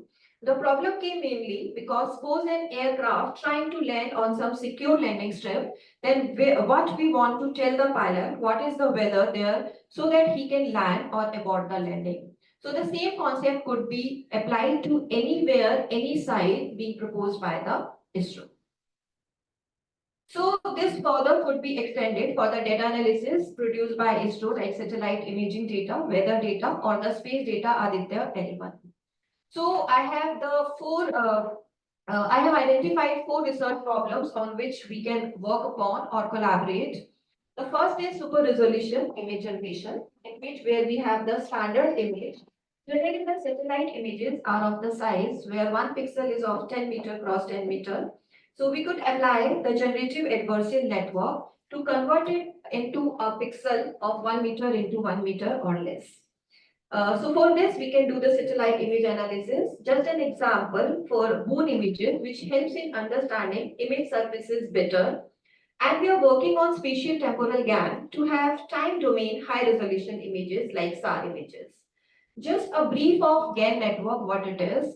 It is a two-way network where 2 convolution networks work parallelly. One is consisting of real image samples and the another is a generator which keeps on generating the fake samples based on the random or the noise present in the image. So the second generator is just generating the images. Then the discriminator, if the discriminator is able to find out the difference between the real and the fake, then we will just reiterate the loop, and in this way we can just keep on generating the new images which could be of the high resolution images. This the generation could be any of the statistical method like interpolation, extrapolation, or it could be anything by which we can increase the resolution of the image. Of course, all the steps of the machine learning approach, like starting from gathering data, preparing data, choosing a model, training, evaluation, hyperparameter tuning and prediction will go in hand. The another problem which we want to work upon, that is space radar data analysis, which is being gathered by INSTRAC. So analysis of same could be done for the environment and the weather prediction like wind movement, what is the direction of wind, whether it is towards the landmass or anywhere else. How the wind, temperature, precipitation, etc. they are varying so that we can predict the rainfall and the dry area based on weather images. And the third is prediction of weather at IF landing zone. Another project which we have thought upon, that is debris data analysis. In this, our aim is to study debris fragments. Now, whenever 2 space objects collide together, they produce fragments. Their fragments are generally termed as debris. There are a couple of reasons for this study because there is a own fragment model generated by NASA. It can get into different models because the spacecraft material has changed over the time. Earlier, the materials were different, so their fragments may be of different. So that is one idea that which we want to do cross how to do this. Now for this, we will have to find out how the 2 objects are orbiting. For this, we have to find out whether a spacecraft or satellite which is being set, they generate the orbit which we can find out, that is 2-line element. It is an internationally available data like Aditya L1. It is an international number which describes the orbit of a satellite and gives other important information like velocity of the satellite. So we are going to take the help of ISRO or study that which 2 aircraft over satellite can collide with some objects in 1 year, 2 years or 3 years of time. So let's say if my satellite mass is m kg and other one is m1 kg, then what the fragments could be made. So this is the abstract of this study because the fragment cannot be predicted like this. However, this model can be generated with the help of artificial intelligence techniques based on a couple of fragments where we can get it on the Earth. This may help us in knowing that how much debris a satellite produces, and this is my overall concept of doing it. Another problem which we have thought upon is exoplanet detection. So there are a large number of planets which are Earth-like. The planetary observational data is made public by ESA and NASA. So we can develop and also we are working upon it to develop an artificial intelligence program to analyze this data and to predict whether that this planet is exo or not. In fact, which we have worked upon a little bit on it and we are fine-tuning the model. Some few points which we can work upon. Designing algorithm for illumination, scale translation, and rotation invariant image matching. So in general, all the images they are not invariant to all these four affine transformation. So we can design algorithm which are invariant to these operations. Another one is development of deep learning framework for auto quality certification of all IRS optical satellite images. That means we can just give a quality index to each of the satellite image for the further processing. Another one is artificial intelligence based technique for the retrieval of atmospheric motion wind. Like what is the direction of the wind and where it is going. The last is liquid neural network based deep learning approach. In this, we can analyze the optical images and the radar images. Liquid neural network is a kind of adaptive neural network. It depends upon the atmospheric conditions. Its adaptability nature gives them the ability to continuously learn and adapt to the process. And in this case, in this way, this can process the time series data more effectively than the traditional convolution neural network. So this was all about my idea, how we can collaborate. Thank you very much for your time. And about the time? It's almost 15 minutes. Time is all right. I think ma'am has this slot of 10 minutes. You said 15 minutes. No, ma'am, that is only for the first session. First session speakers will get 15 minutes, and session 2 and session 3 speakers will get only 10 minutes. Yes. So, any other that encasing, please? That encasing? Sir, one thing is, when you say DRDO project, you are saying you then finally you should say whether it has been deployed or not, because that gives you the strength. You have done it. Number two, on many of your slides, you are completely reading the slides. I think if it is avoided, that would be better. Because there is a difference. One is you are reading the paper. The other is you are presenting the paper. In science, we don't read the paper. We present the paper. So that will also give you more time to, express your things. Right. And it looked in even your last slides, you have notes on your computer and you are reading, because don't make it a straight line type है. थोड़ा सा उसमें क्या करिए amplitude को change करो. ये है. Okay, sir. Right. Or again I come back, जो तुम उसमें resolution enhancement वो बात कर रही हो, which has been done, उसमें बताओ कि still how we are different, whether it is you say at IAF station you would be able to forecast the weather and gale of 1 or 2 kilometers. उसमें how they are predicting now. If you say you are predicting now like this, but I have this offer, I'll tell you this way which is better. So at least this looks more convincing. Right, sir. Thank you. Yeah, it's all very relevant. Anybody else? Okay, so let me, I think all the points which Dr. A.K. Singh has mentioned has to be also included. Sarita, never read from either slides, don't write sentences and read. Although I have avoided it. No, but you should not. Same way, it will give a bad impression. That means you're not studied, you're not understood, but you are just reading what is there. And so you should be, Right. Same way LNN. If suppose you want to say what is LNN, how do we use it, you should be able to give the whole concept. Yes. So like that, understand, digest everything. The second thing is DRDO project, as he was mentioning. I would like to suggest, yes, you are able to detect a fallen object on the runway. How it is relevant, this capability which you have developed in space, whether it is for lander or rover, to identify a fallen object which could be avoided if it's a hazardous object. So bring this competence which I have demonstrated by you, two things you have done. One is sensor integration. There are 3 sensors and the sensor output has been integrated. So the sensor fusion, sensor data fusion is one capability which will be useful to ISRO. The second thing is identifying a foreign object using the 3 sensors which you have integrated. So here again, bring that relevance to space application.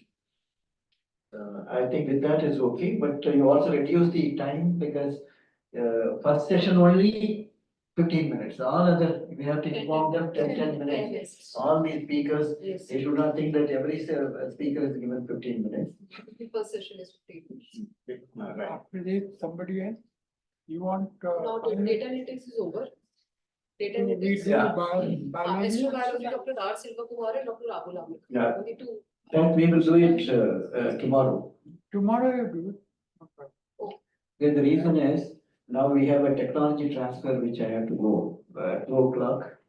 We are transferring the technology for photonics with 11 lakhs, 10 lakhs plus 1 lakh. It's a big company. It's a You can do it on Monday. You cannot join there, then please join. We have a quick lunch because I have to reach by lunch, I have to rush. We can do astrobiology on Monday. No, see, also I want to inform all of you that we have prepared our ASTIP people, that is Dr. Vaibhav, Suchendra, and so they have prepared what other in AI, data analytics and astrobiology, what these other space missions, like NASA space, what they are doing, Australian space, what they are doing. So they have done a thorough analysis. I will be circulating to all because we wanted to make a presentation, PPT is also there. But then since there is no time, either we will do it tomorrow or we will circulate to you. Please read that so that you will know in AI what NASA is looking at various applications. So this, they have done a very thorough study. And in fact, we had planned for a presentation since there are other engagements.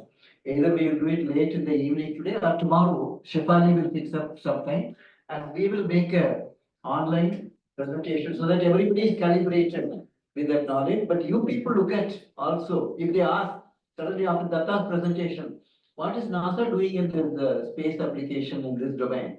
We should be able to answer. Not that, we will, I won't know that I will look at that, I am not working specifically. I've got the point. So no, please, all of you, if you are, Sarika, if you are doing this, that object identification using such, what is NASA doing in this area? Or what is the European Space Agency is doing? If they ask a question, you should be able to answer. So that is why, Founder has been mentioning top 10 space agencies, what they are doing in this area. They have been doing many things. AI, data analytics, astrobiology, what other space agencies are doing. We should be, so that when they are, if a question comes out, you can even throw, this scientist at NASA is working in this area. Like Swati Mohan, who came to Amity University from propulsion, satellite, space propulsion lab of she came here and gave a lecture. So she mentioned that in propulsion they are using AI technology. So like that, we should be able to answer like professionals, not just only, looking at. So that is why this paper is being circulated. What we have done the analysis. Okay. Please read this and also read in addition to that. This is only a small input which we are getting.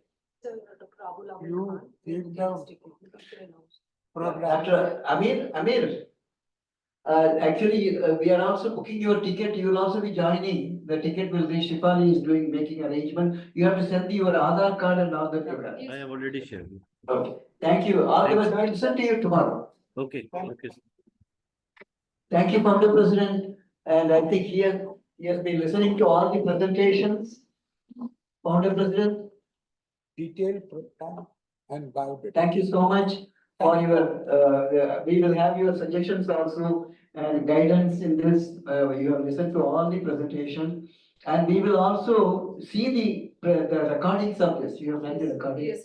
And also sent that recording also. Thank you, Founder President. Thank you all the people who presented. Wonderful.